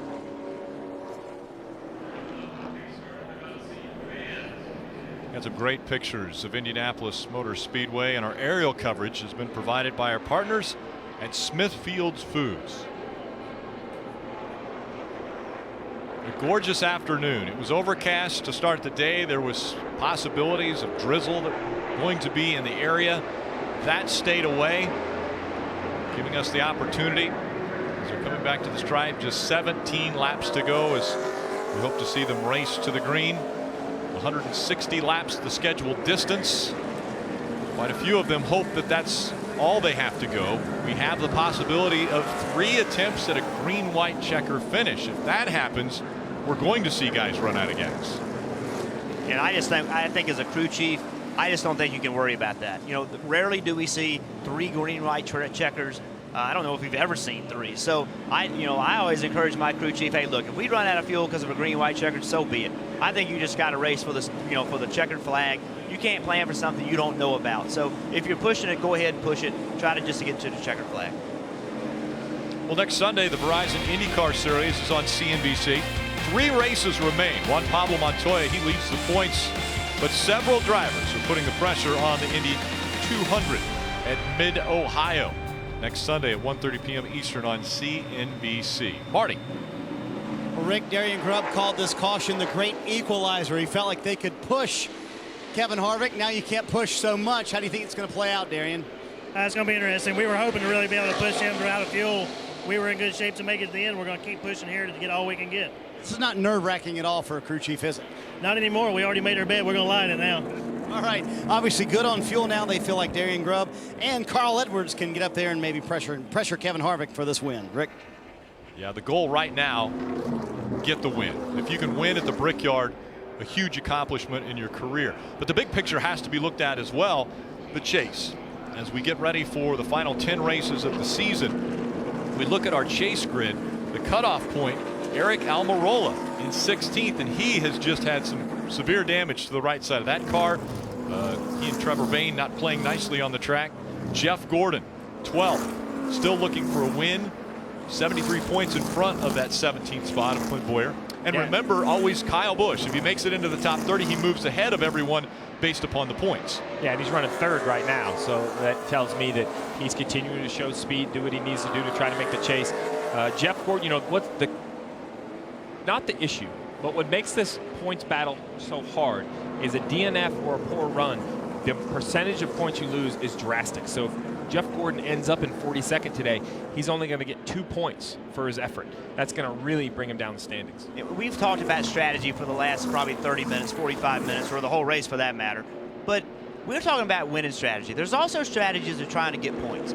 Let's look at the 31 of Ryan Newman. They started dead last, and they have used strategy to claw themselves up into 12th. Okay, they're not using that strategy to try to get a win. They're using that strategy because we just saw the grid. We just saw the people trying to make the chase. They're in 12th place. They haven't run 12th all day long. They haven't had the speed to run 12th. But the crew chief, the team, all those guys together, they've used that strategy to get him in 12th because it's so important to make the chase, and that's what that team's doing. Let's go down to Kelly Stavist. With Dave Rogers, crew chief on the 11, and when Denny came and pitted last time, you said you were 5 laps short. How much can he push now? I think these cautions get us into our window. I think the FedEx Toyota Camry can make it to the end. Now we're going to turn Denny loose, see if we got enough speed to race these guys. All right, thank you, Dave. He's 6th right now, Marty. Kelly, let's chat with the other JGR crew chief in this mix, and Adam Stevens. Do you feel like you put Kyle in a position now where you can maybe take advantage and get this win? I think so. We really needed that caution to have the fuel to get to the end, but Skittles Camry's been so fast all day. He's done such an amazing job. We just need a little bit of luck to pull this one off. You're a big advocate of just getting the points you can. You cool if he just stays in third, or would you? I know you want him to go for the win. This is the Brickyard. All that goes out the window. We'll worry about points next week. We got to get a trophy today. There you go, Rick. Points go out the window. The win at the Indianapolis Motor Speedway, a little more important than all that. Absolutely. As they have one to go, let's recap how we got here. Clint Bowyer, Kevin Harvick, side by side. Bowyer on the inside, Harvick on the outside. Bowyer goes sideways and collects the 24, trying to avoid. Clint Bowyer just got really loose underneath. Here you see Jeff Gordon. They see the trouble, slow down. He and the 5 get together a little bit. Jeff just can't keep control, gets in the wall. Almirola sliding as he came out of the turn. He will hit the inside wall. Yeah, we've talked all day about how loose these cars are in traffic. And speaking of traffic, how aggressive the racing has been on the restarts. The 2 gets a little bottled up. Jimmy Johnson's on the apron. Here, Casey Kane all the way to the grass to try to get by the 14 to Tony Stewart. Very aggressive driving. Austin Dillon with a pretty impressive run. He's in the 9th position. This team's starting to run better. Every week they're starting to get better. They're qualifying better and they're racing better. The 21 of Ryan Blaney. Oh, so close to getting the win in the Xfinity Series yesterday. Fell just 1 spot short. Kyle Busch was able to get by him on the last lap to take the lead, but that young man, a very promising career in front of him. Best way to forget about yesterday is have a good day today. And another young driver that will be filling the seats of Jeff Gordon's car in 2016, Chase Elliott. A pretty impressive run. He is 18th. When we come back to the stripe, it will be 14 laps to go.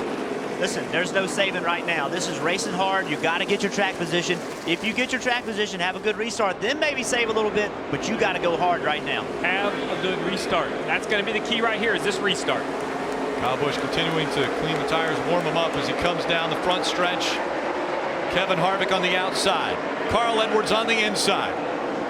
We're back to racing at the Brickyard. 14 laps to go. Great restart by Harvick.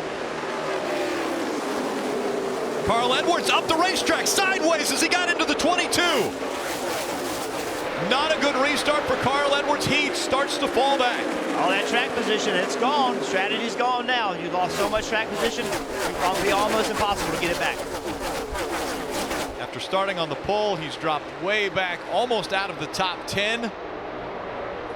Kevin Harvick in front of Kyle Busch. Can Kyle Busch complete the sweep at the Brickyard today? Carl's continuing to have a problem. He got stuck on the outside. There's no grip up there. Getting into turn 3s, continuing to lose spots.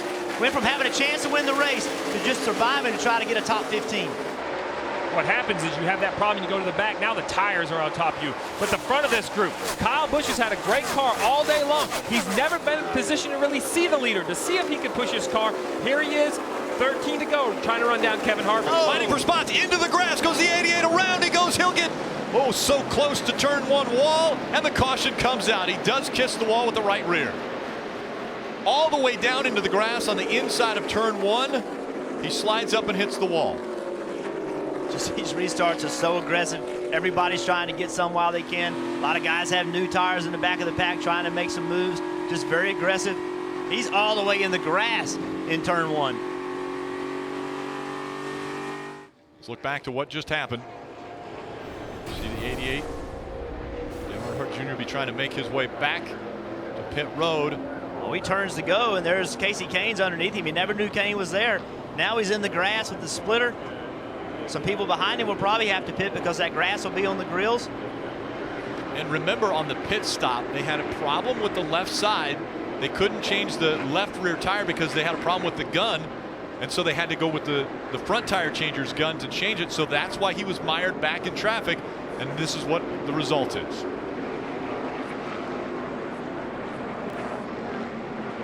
Brian Scott avoiding in the 33. We ride along with him.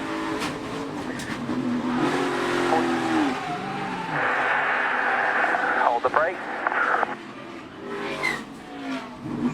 He just never knew Casey was there. He turned left, he saw a hole, he knew he had to get to the bottom. If he didn't, he was going to lose a lot of positions. Sometimes you make a move out of desperation. That's what that was. He just turned left, his teammate was there in the spot. Right front tire is flat. He's on pit road to get that changed. Not as much debris on the front as you would have expected going through the grass. And this is why when we talk about pit strategies and fuel windows and all those things that come into it, you just have to roll the dice, take a gamble. It doesn't work out. You have to be willing to lose, to run a pit strategy, to pit with 39 to go, knowing you cannot make it on fuel. We heard Darian Grubb say, well, the 19 of Carl Edwards, they felt good about it, but the 4 of Kevin Harvick, Rodney Childers knew they can't go 39 laps when he pitted, yet he sticks to his guns. That's what wins do for you. That's what a championship does for you. It gives you confidence to make aggressive calls, and if they don't work out, you can move on to the next race. Dave. And guys, I asked Rodney, hey, can we talk to you and talk to you about the strategy in the end of the race? He said, you know something? He said the last time that happened, it didn't work out so well for us. So can I pass? I said, absolutely. We'll just talk about your race car. He said earlier it was really, really good, and obviously he's led so many laps today. That was one of the reasons why they didn't want to go off their strategy and do something different. When you have a great race car, that allows you to do more things, including play the fuel mileage game. Remember, they started out 3 laps short. Steve, you mentioned it. There was no way that they were going to be able to do it. These cautions set them up for Kevin's second Brickyard win. Sometimes things look lucky. What they are is calculated risk, calculated gambles. They understand how many cautions we normally get in the last 20 laps here. That doesn't mean you're gonna have it, but you have to play these statistics. And it's hard to do. I've made this decision. I ran out of gas last year at Las Vegas, off turn 2, 1 lap to go. Dale Jr. and I ran out of gas coming to the checkered flag in the World 600 at Charlotte. You have to be willing to lose a race. That's the best way to try to win a race. Kevin Harvick last was in victory lane in Phoenix this year. He's had 6 second-place finishes. He wants to eliminate that idea and get back to victory lane. Here was their radio moments ago. Using our worst mileage of the day, you're good right to the very end.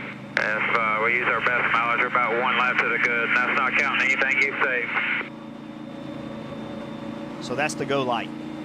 That's green light, go. Don't worry about fuel. Green. Go as hard as you can go. Don't worry about it. There's nothing worse I can imagine than be the leader who decides to save gas, end up second, and have more than enough gas when you get done. You know, I would rather run out of gas leading the Brickyard 400 down the backstretch and run 20th than run second and have saved too much gas, Marty. Well, Steve, let's check in with Todd Gordon, the crew chief for Joey Logano, sitting in third. Joey's always good at restarts. What do you think he has for the guys up front? I give him a shot. And when it comes to restarts, he's pretty awesome at it. So see what we can do. Front stretch is pretty tight here, but see if we can push the 18 out there a little bit and work with him. How was the car been on that last run? You know, it's all about getting the clean air. That's the biggest thing. So the aggressiveness on these restarts, I think, gives him a shot to make some spots and see what we do with it. I think it's going to be fun to watch Joey Logano, who has been very strong all day long on restarts. He'll be on that inside. I'm wondering, Jeff, you think he can make some hay and get around those 2 guys in front? Well, from what I've seen lately, that inside scares me a little bit. I mean, we've seen cars lose the back of them, have to chase them up, cause wrecks. So, you know, that inside line just has not worked well on restarts. Well, August 8th, the Barclays Premier League returns to NBCSN. We've got every team, every match, every week, all season long. The new season begins Saturday, August 8th on NBC and NBCSN, and that's the Barclays Premier League. Marty. Rick, you can imagine the disappointment for Carl Edwards and his team. They had a shot to win the Brickyard 400, restarted second on that last restart and fell back all the way through the field. So what they're going to do here, Darren Grubbs made the call for 4 fresh tires and fuel just to make sure they can make it all the way to the end. And also disappointment today for Tony Stewart, who looked like he might have a shot to win this race. Stewart pits here as well. We'll see if these fresh tires help out. See if you like this call for these guys pitting 10 to go. I know it's giving up some track position, but at least they'll have fresh rubber. Well, at this point, I think, you know, the decisions have been made. You know, there's nothing you can do but come in and try to get tires and try to salvage the best finish. You have to go back home and look at what point you feel you made a mistake on your strategy. It's very hard to call these races correctly. And you have to understand, because next week at Pocono, we're going to start to see a lot of the same strategies. Then we go to Watkins Glen, a lot of the same strategies again. So even though this is a big race and you're going to be disappointed, the most important thing from here, Marty, is they have to learn from it to understand where their race went wrong. We heard Adam Stevens earlier say, we're not so worried about points. We'd love to win the Brickyard. He's running second right now. He'd like to get more points than second. 27 points behind 30th. He's gained 31 points today. And since the last 5 races that he's run, he's gained 146 points on 30th. Of course, that includes 3 of the last 4 races he's been to victory lane. Yeah, that's how you earn a lot of points, is winning races. And you know, that's one thing about these guys. I think of all the cars up here, you look at all these teams that have wins, they need points. So these cautions, in my eyes, the 18 car is the happiest team out there. You know what? If the 4 ran out of fuel, that's really disappointing because they don't win the Brickyard 400. But if the 18 runs out of fuel, they could miss a chance to win a championship. So for me, these cautions was the biggest advantage going to Kyle Busch. Restart's going to come out with 8 laps to go. For the latest NASCAR news and highlights from this weekend at Indianapolis Motor Speedway, don't miss NASCAR Victory Lap. That's tonight at 11 p.m. Eastern on NBCSN. The strategy continues to play even though we'll only have 8 laps to go. Here's what the 78 team and Martin Truex Jr. had to say. All right, I ain't telling you what to do, but the 4 car's over here. And Kevin says if you will push him on this start, then whenever y'all get off of 1, you'll be in second. Just letting you know what he's saying. Gonna try, bud. If Kevin Harvick, he wants the 78, pushing him at the green flag. So the 4 car, you may see him lag back just a little bit, let the 78 get to his rear bumper, give a signal to the 78, his left hand out the window, give a signal, the 78 go, and push the 4 and try to beat the 18 and the 22 to the inside. We've seen all the last few restarts, the inside hadn't been good. They want to roll the outside. The one thing that's going to happen, though, is Kyle Busch is to his left. He will see that. If he wants to take a look over his right shoulder. No, he can't. You can't see. You cannot. You're not going to be able to see the guy to the right? If you're side by side with a guy, you literally cannot turn your head far enough to see. If you're side by side, if you fall back a little bit, you can see. But with the headrest and everything else, you cannot see. We'll see if this strategy plays out for Kevin Harvick, trying to use the 78 to push him into turn number 1. Kyle Busch will restart second on the inside. Behind him will be Joey Logano. I'm sure Logano is going to be trying to push the 18 of Busch too. Continue to clean the tires off. 8 laps to go after the restart. Kevin Harvick on the outside. Kyle Busch on the inside. Green flag back in the air. 8 to go. Kyle Busch with a great restart. He's going to try to take the lead, and he will take it away from Kevin Harvick before they get out of turn 1. 22 and the 18 did a much better job of getting hooked up and pushing.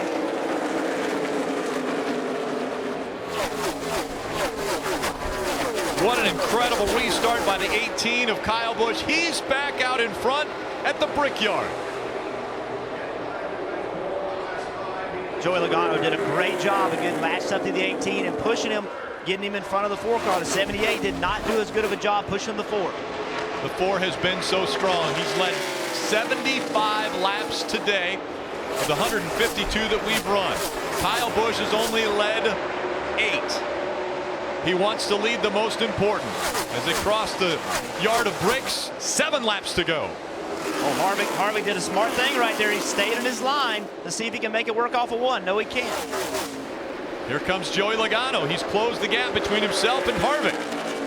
The 18 blocked the 4 car and entered the corner really low. The 4 car stayed high to try to get his apex where he wanted it, hoping the 18 would have to pinch his car up, pinch his car off and not be able to leave 1 well, but the 18 did a good job of keeping that spot. Kyle Busch looking for the sweep at the Brickyard. He won the Xfinity race yesterday. He's won 3 of the last 4 races in the Sprint Cup Series. Looking to make that 4 out of 5. Their goal, to gain as many points as possible. You do that by winning the race. The 4 car has been leading this race for a long time. It's the first time he's been behind somebody. You know, we talked about it early in the race. Sometimes being behind, you're able to adjust your car and really know what you need when you are behind. But when you lead, it's very difficult to make those changes because you don't even know what changes you need to make. Steve, as aggressive as they're running, do we have to worry about anyone potentially running out of fuel? I don't think you're going to have to worry about anybody near the front. We've had so many cautions here in this last fuel run. These guys are usually very, very good on the yellow, shutting the car off, saving fuel. I think it's all about hitting his marks and, like Jeff said, adjusting his car. Harvick has to, whatever switches he can do, whether it's tire blowers, move the track bar up and down. Some way he has to try to compensate, but this 18 car has been so strong all day. They've never had the lead. Now they have it, and the caution's back out. Just watch towards the center of the high lane there. And we will have another restart. Debris on the racetrack brings the caution out for the 8th time. A lot of damage to quite a few cars today, and it looks as though some of that repair work has come off. And you have to be careful why that looks like it might just be decal or tape. The tape nowadays actually can have aluminum in it, or you can tape a piece of aluminum on it.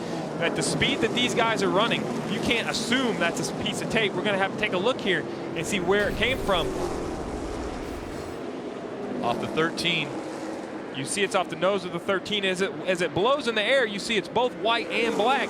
So you don't know, as a spotter, one of NASCAR spotters around the racetrack, if that has metal in it, not metal in it. I think it comes down to having to do the right thing. But now, Jeff Burton, what line do you choose? Well, I think that depends on who's behind you. We saw Logano give Busch a great push. Does Busch want to put himself in that same position where Logano can help him? But again, now that would put, if you start on the outside, that puts your teammate of Hamlin behind you. So difficult choice coming. Looks like Kyle's trying to draft off the pace car right now. Brett Bodine driving the pace car here at Indianapolis. Take a look at this last restart, the way Kyle got the lead. So right here, the 22 pulls right up to the 18, makes contact, actually hits him.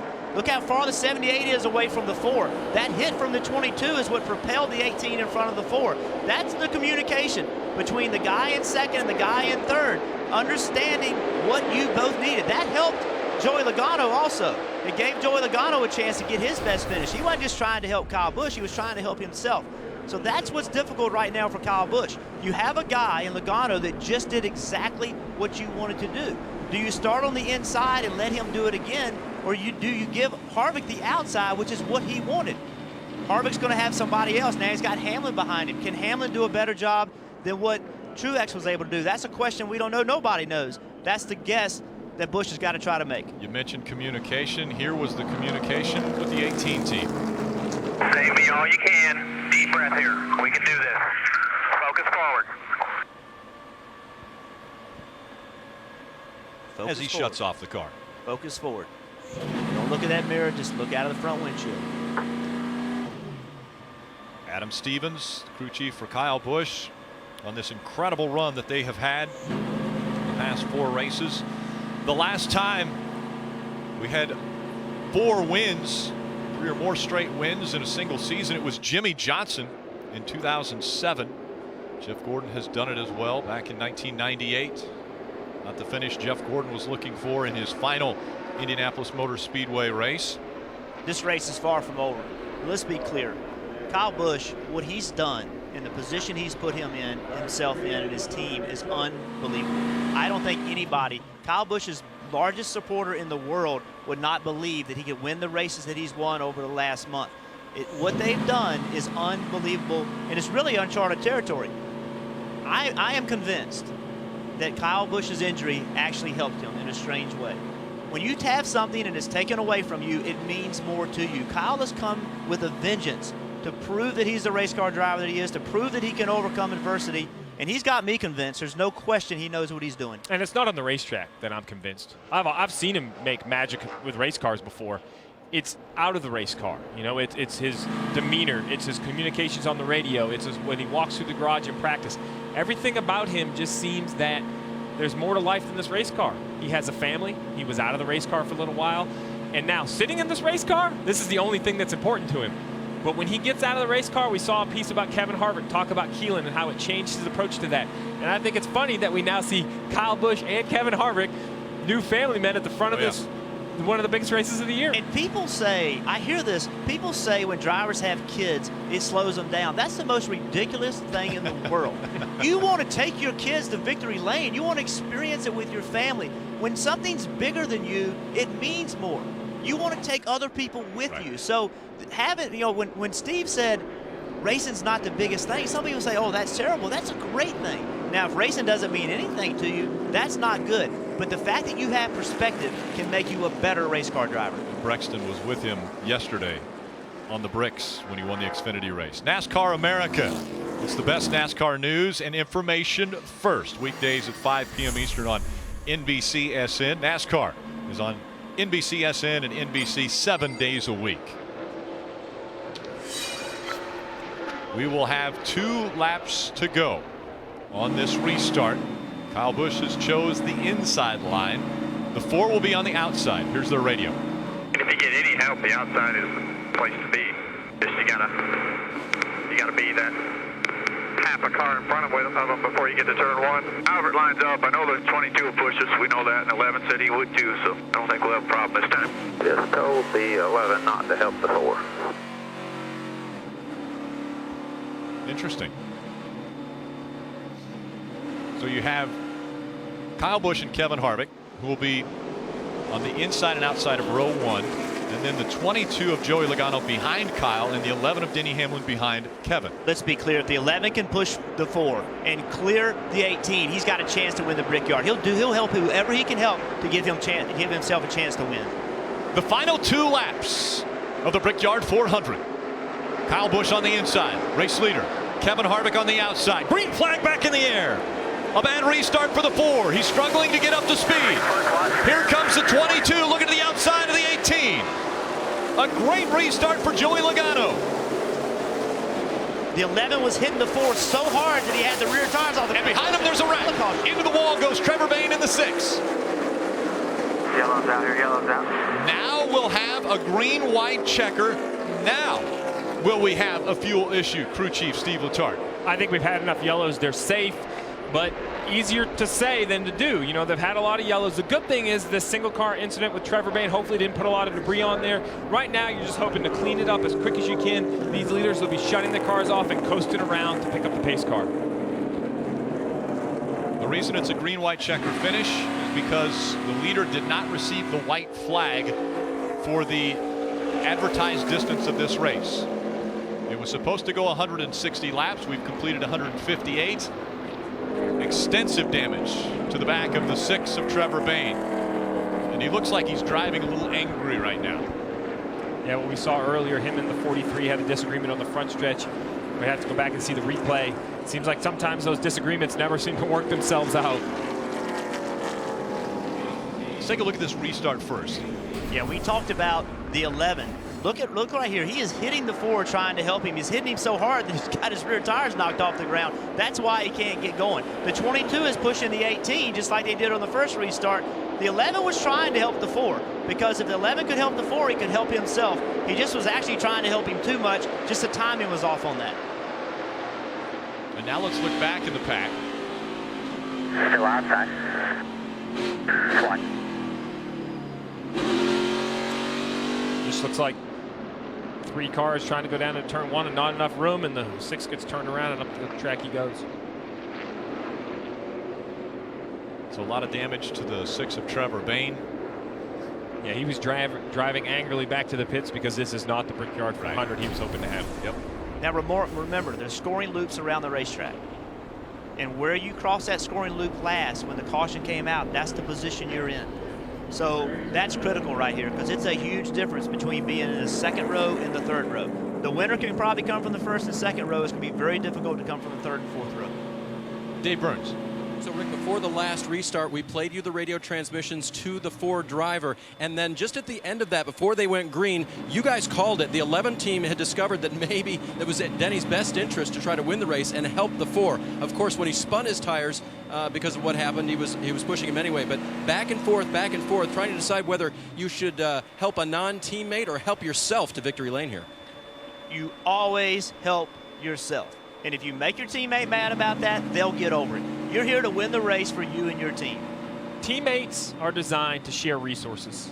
It's a better business model to come to the racetrack with teams to share information. It's not to give and take with 2 laps to go in the Brickyard 400. Maybe with 50 to go in the Brickyard 400, you wouldn't help somebody to beat your teammate. But with 2 to go, it's Denny Hamlin's responsibility to his team, to his sponsor, to Joe Gibbs Racing, to do all he can for the 11 car.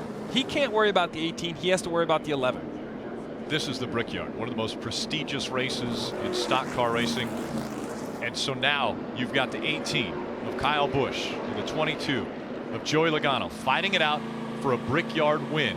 Here was the radio on the 18. Save, man. This is going to put everybody in the hurt box. My only move, I had to do something. Try to do it. That was a really good move, man. Good job, bud. Great job. Over yet. Saving all you can. And remember, Joey Logano is going for that Penske Brickyard sweep. He won the Daytona 500. Roger Penske won the Indianapolis 500 with Juan Pablo Montoya. Can he be the second owner with Chip Ganassi to sweep those 3 races in a year? This will only be the second green-white checker at Indianapolis Motor Speedway. Back in 2004, it was the first in the series. Roger Penske has never won at Indianapolis in the stock cars.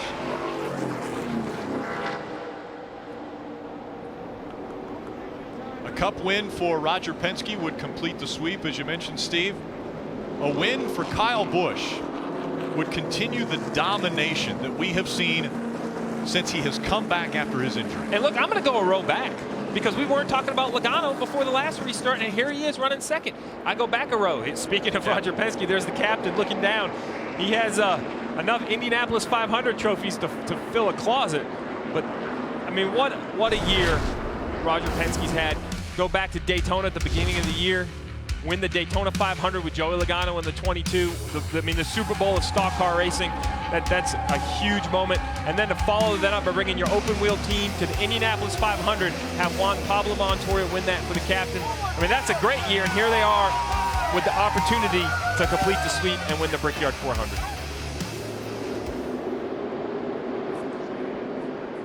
Roger Penske still looking for that first Brickyard win. 16-time Indy 500 winner. Think about that. Won the Indy 500 16 times, but has never won this race. And listen, I'm still looking behind them. Truex Jr., why can't he win from third? Absolutely. Kevin Harvick still going to have that opportunity from fourth. These restarts aren't just about the front 2. We've seen 2 and 3 wide all day long going through the first and second corner. And don't forget, there's Kyle Larson and Clint Boyer. Both of those guys have to have a win if they're going to make the chase. So they're very hungry to try to make something happen.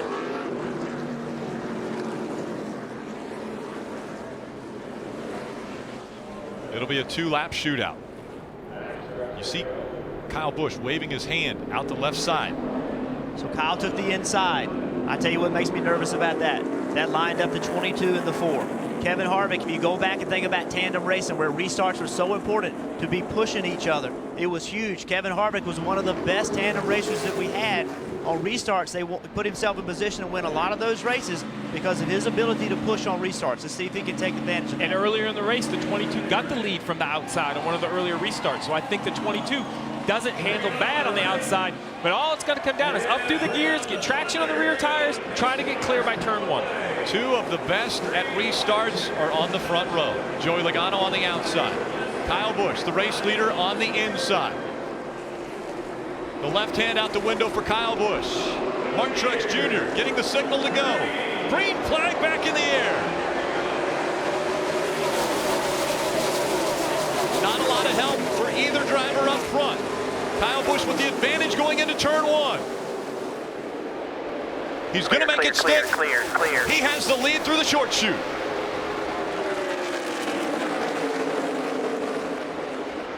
But we saw yesterday in the Xfinity Series how easy it is to overdrive these corners. One mistake by Kyle Busch with this new package, he'll lose momentum and the 22 will be there. He's all over the back bumper as they come into turn number 3. Joey Logano chasing down the 18 of Kyle Busch. Through 3 in the short chute and into turn 4. Can he keep the momentum up? It's going to be hard to beat Kyle Busch if he can stay in the gas like that. He barely lifted the throttle. You can hear how much throttle he was able to stay in. That was unbelievable. If he can do that, he'll be hard to beat. White flag in the air. One more time around the Brickyard. One back here. Watch him. A flawless turn number 1 through the short chute and into 2. He's got a big lead. Kyle Busch looking to make the sweep. A little debris on the front. It's not going to matter. He's going to go as hard as he can. That's only going to help at this point. That's more downforce. They don't care about temps. 2 more good corners for Kyle Busch. Into 3. The gap closed just a bit by Joey Logano.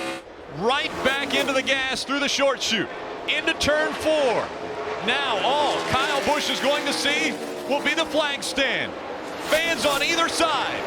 Kyle Busch is going to add his name to the illustrious list of Brickyard 400 winners.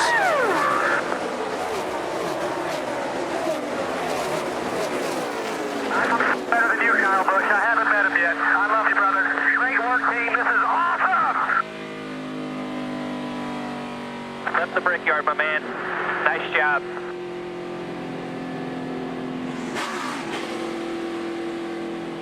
This was the last racetrack that Toyota had to check off the list.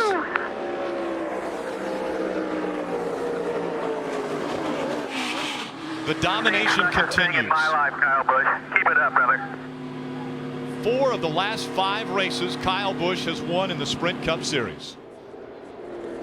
It's amazing. It's unbelievable. You think about the racetrack that he was injured. Speed Weeks Daytona, our biggest event of the year. Perhaps our second biggest event of the year, the Brickyard 400. It got taken away from him there. He came here and he got this trophy. And he went and got the trophy. Yeah, yes, absolutely. Yes, he did. Adam Stevens called a spectacular race. Kept on the same fuel strategy as the 4 and the leaders. Kept him up there. Kept him up there. He gave Kyle Busch to win this race, and Kyle delivered. And let's hear from him. He's with Mike. And because of that strategy, he will also be on the Yard of Bricks giving it a big smooch later today. What's this like for you? Words can't describe how special this is. This place has been really good to me. Was able to win a couple and won an Xfinity race, so we got that double. And it's nice as a team to run so strong. And we've had some good fortune, but today we flat out earned it. And the hard work of everybody at JGR on this Skittles Camry and all the work we put into it and everything that Kyle's done is remarkable. How would you describe the run this team is on right now? It's a championship run. You know, we're transitioning from making the chase to trying to win this championship. No one can argue with that, Rick. This team has been nothing short of spectacular the last month or so. We have to look at points. He still has to get into the top 30. Now just 23 points out of that 30th position, and he just continues to pile up the wins. 4 wins already since his return. But it shows you how hard it is to gain those points. I mean, he has won this many races, and he's still 23 points out. So without this run like this, he wouldn't have made it. It's taken excellence to get himself in that spot. And now I've gone from wondering if he's going to be in the top 30 to almost rooting him on to get in the top 30, because when you win 4 races, I know he was out, but I want to see this 18 team run for a championship. I think they've deserved it, and I think the competitors want to try to do it. 23 points behind. And now he's going around the track backwards. We saw Alan Kulwicki do this to get closer to the fans, to thank them for coming out and enjoying this race. 3 straight wins. Single season. Kyle Busch adds his name to that list. That's not a bad list. That's a pretty good list to be on, I have a feeling. When I look over there, you know what I see over there? I see champion, champion, champion, champion, champion. Kyle Busch is the only one there that hasn't won a championship yet. And you both mentioned the change in Kyle Busch from the injury, from not being able to get behind the wheel of the car, that much more hungry to be out there, race, win races, and he's doing just that now on the track. He always showed heart. He always showed desire. He was willing to do whatever it took to win. That's only gone the next step. It's only made him more hungry. It's only made him better. The competition doesn't want a better Kyle Busch. Kyle Busch already is really, really difficult to beat, but that's what they have right now. They have a better Kyle Busch. An incredible restart for Kyle Busch, putting back out in front. And how about his rookie crew chief? Adam Stevens. First year. Absolutely. You cannot say enough about this team. The chemistry is clicking. We're going to see them all in victory lane when we come back.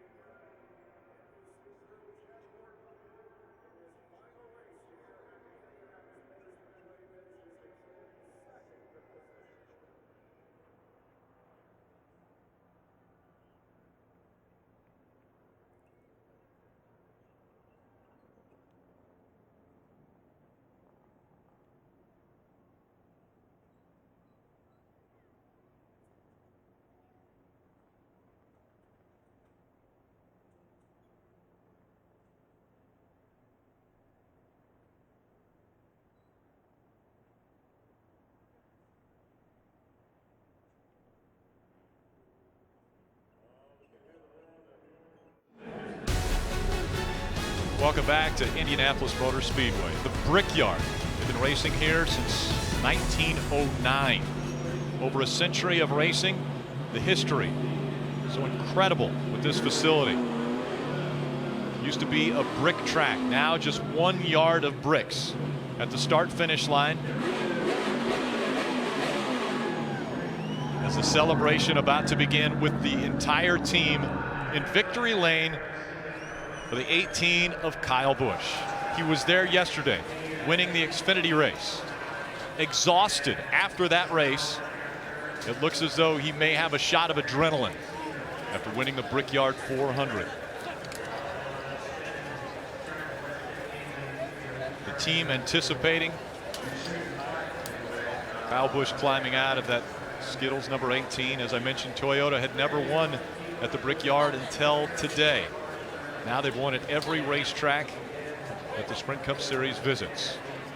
Let's head to victory lane. We go to Marty Snyder. Kyle Busch pulls in. He has 3 win stickers on his car right now. He's about to place a 4th win sticker on the car, but this one means a lot more. This one is a win at Indianapolis for Kyle Busch.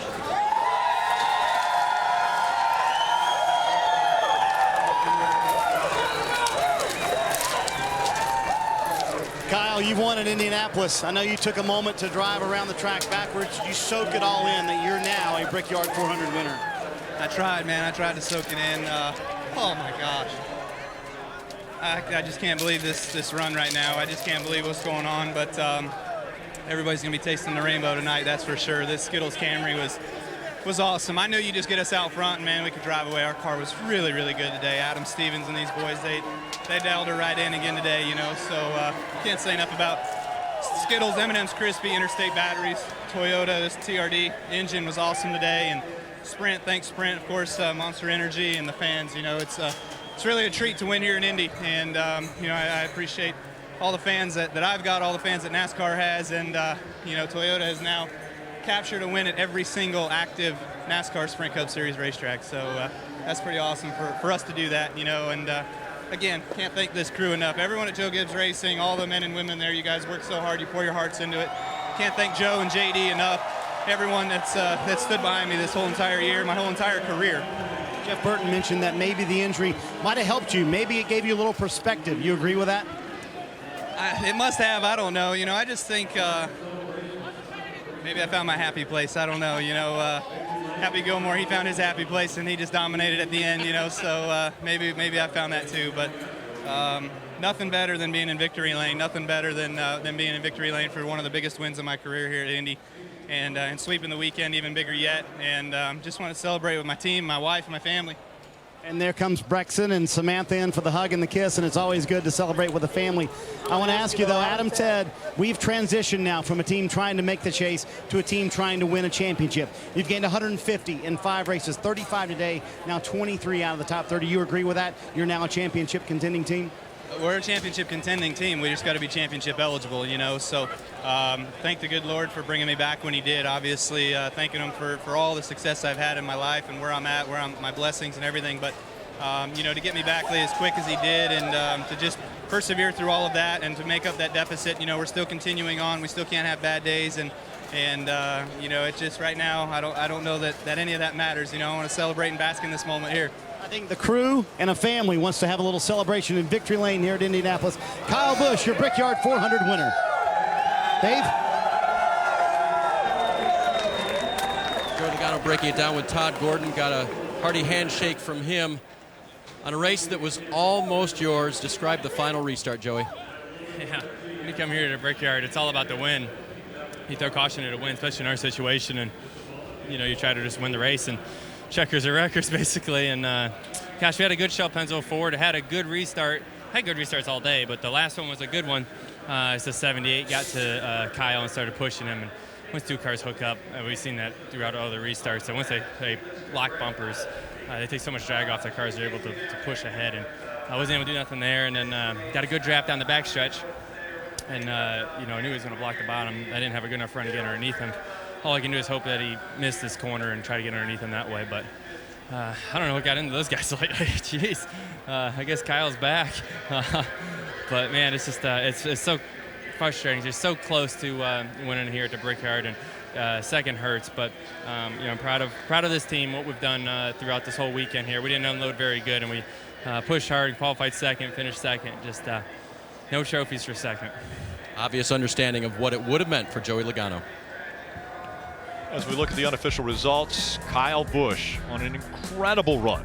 His 4th win in 5 races, and it comes at one of the most historic, tradition-rich tracks in the world. Joey Logano finishing 2nd.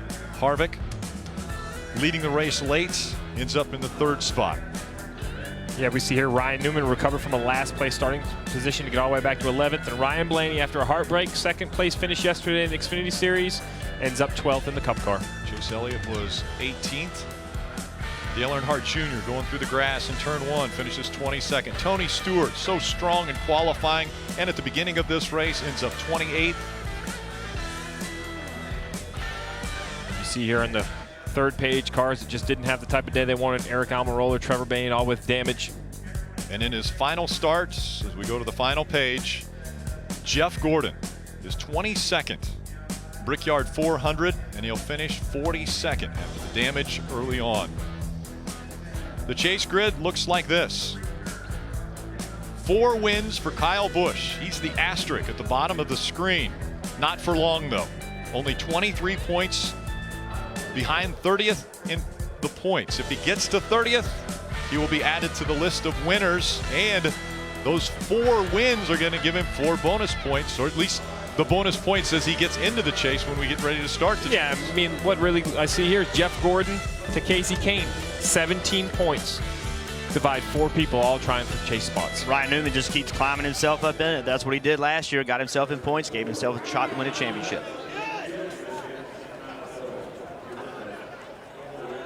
That's a great place to stand right there, Rick Allen. Well, and of course the tradition here that was started by Dale Jarrett when he was able to win this race, kissing of the bricks. That's going to be coming up on the post-race show right here on NBCSN. Well, NASCAR coverage continues next week on NBCSN. Next Sunday at 12 p.m. Eastern, Sprint Cup Series racing from the Tricky Triangle, Pocono Raceway. And Saturday night at 7:30 p.m. Eastern, into the Midwest, the Xfinity Series, the U.S. Cellular 250 from Iowa Speedway. NASCAR and it's on NBC. NBCSN 7 days a week. Coming up next, complete post-race coverage continues on NBCSN here at Indianapolis Motor Speedway with Chris Devoda, Kyle Petty, and Dale Jarrett. Only 12 drivers had done it before winning the Brickyard 400. Kyle Busch adds his name to that list. This copyrighted telecast may not be reproduced, retransmitted, or used in any form without the authorized written consent of NASCAR Broadcasting. NASCAR would like to thank all of our loyal fans for your continued support, and we hope you enjoyed today's broadcast.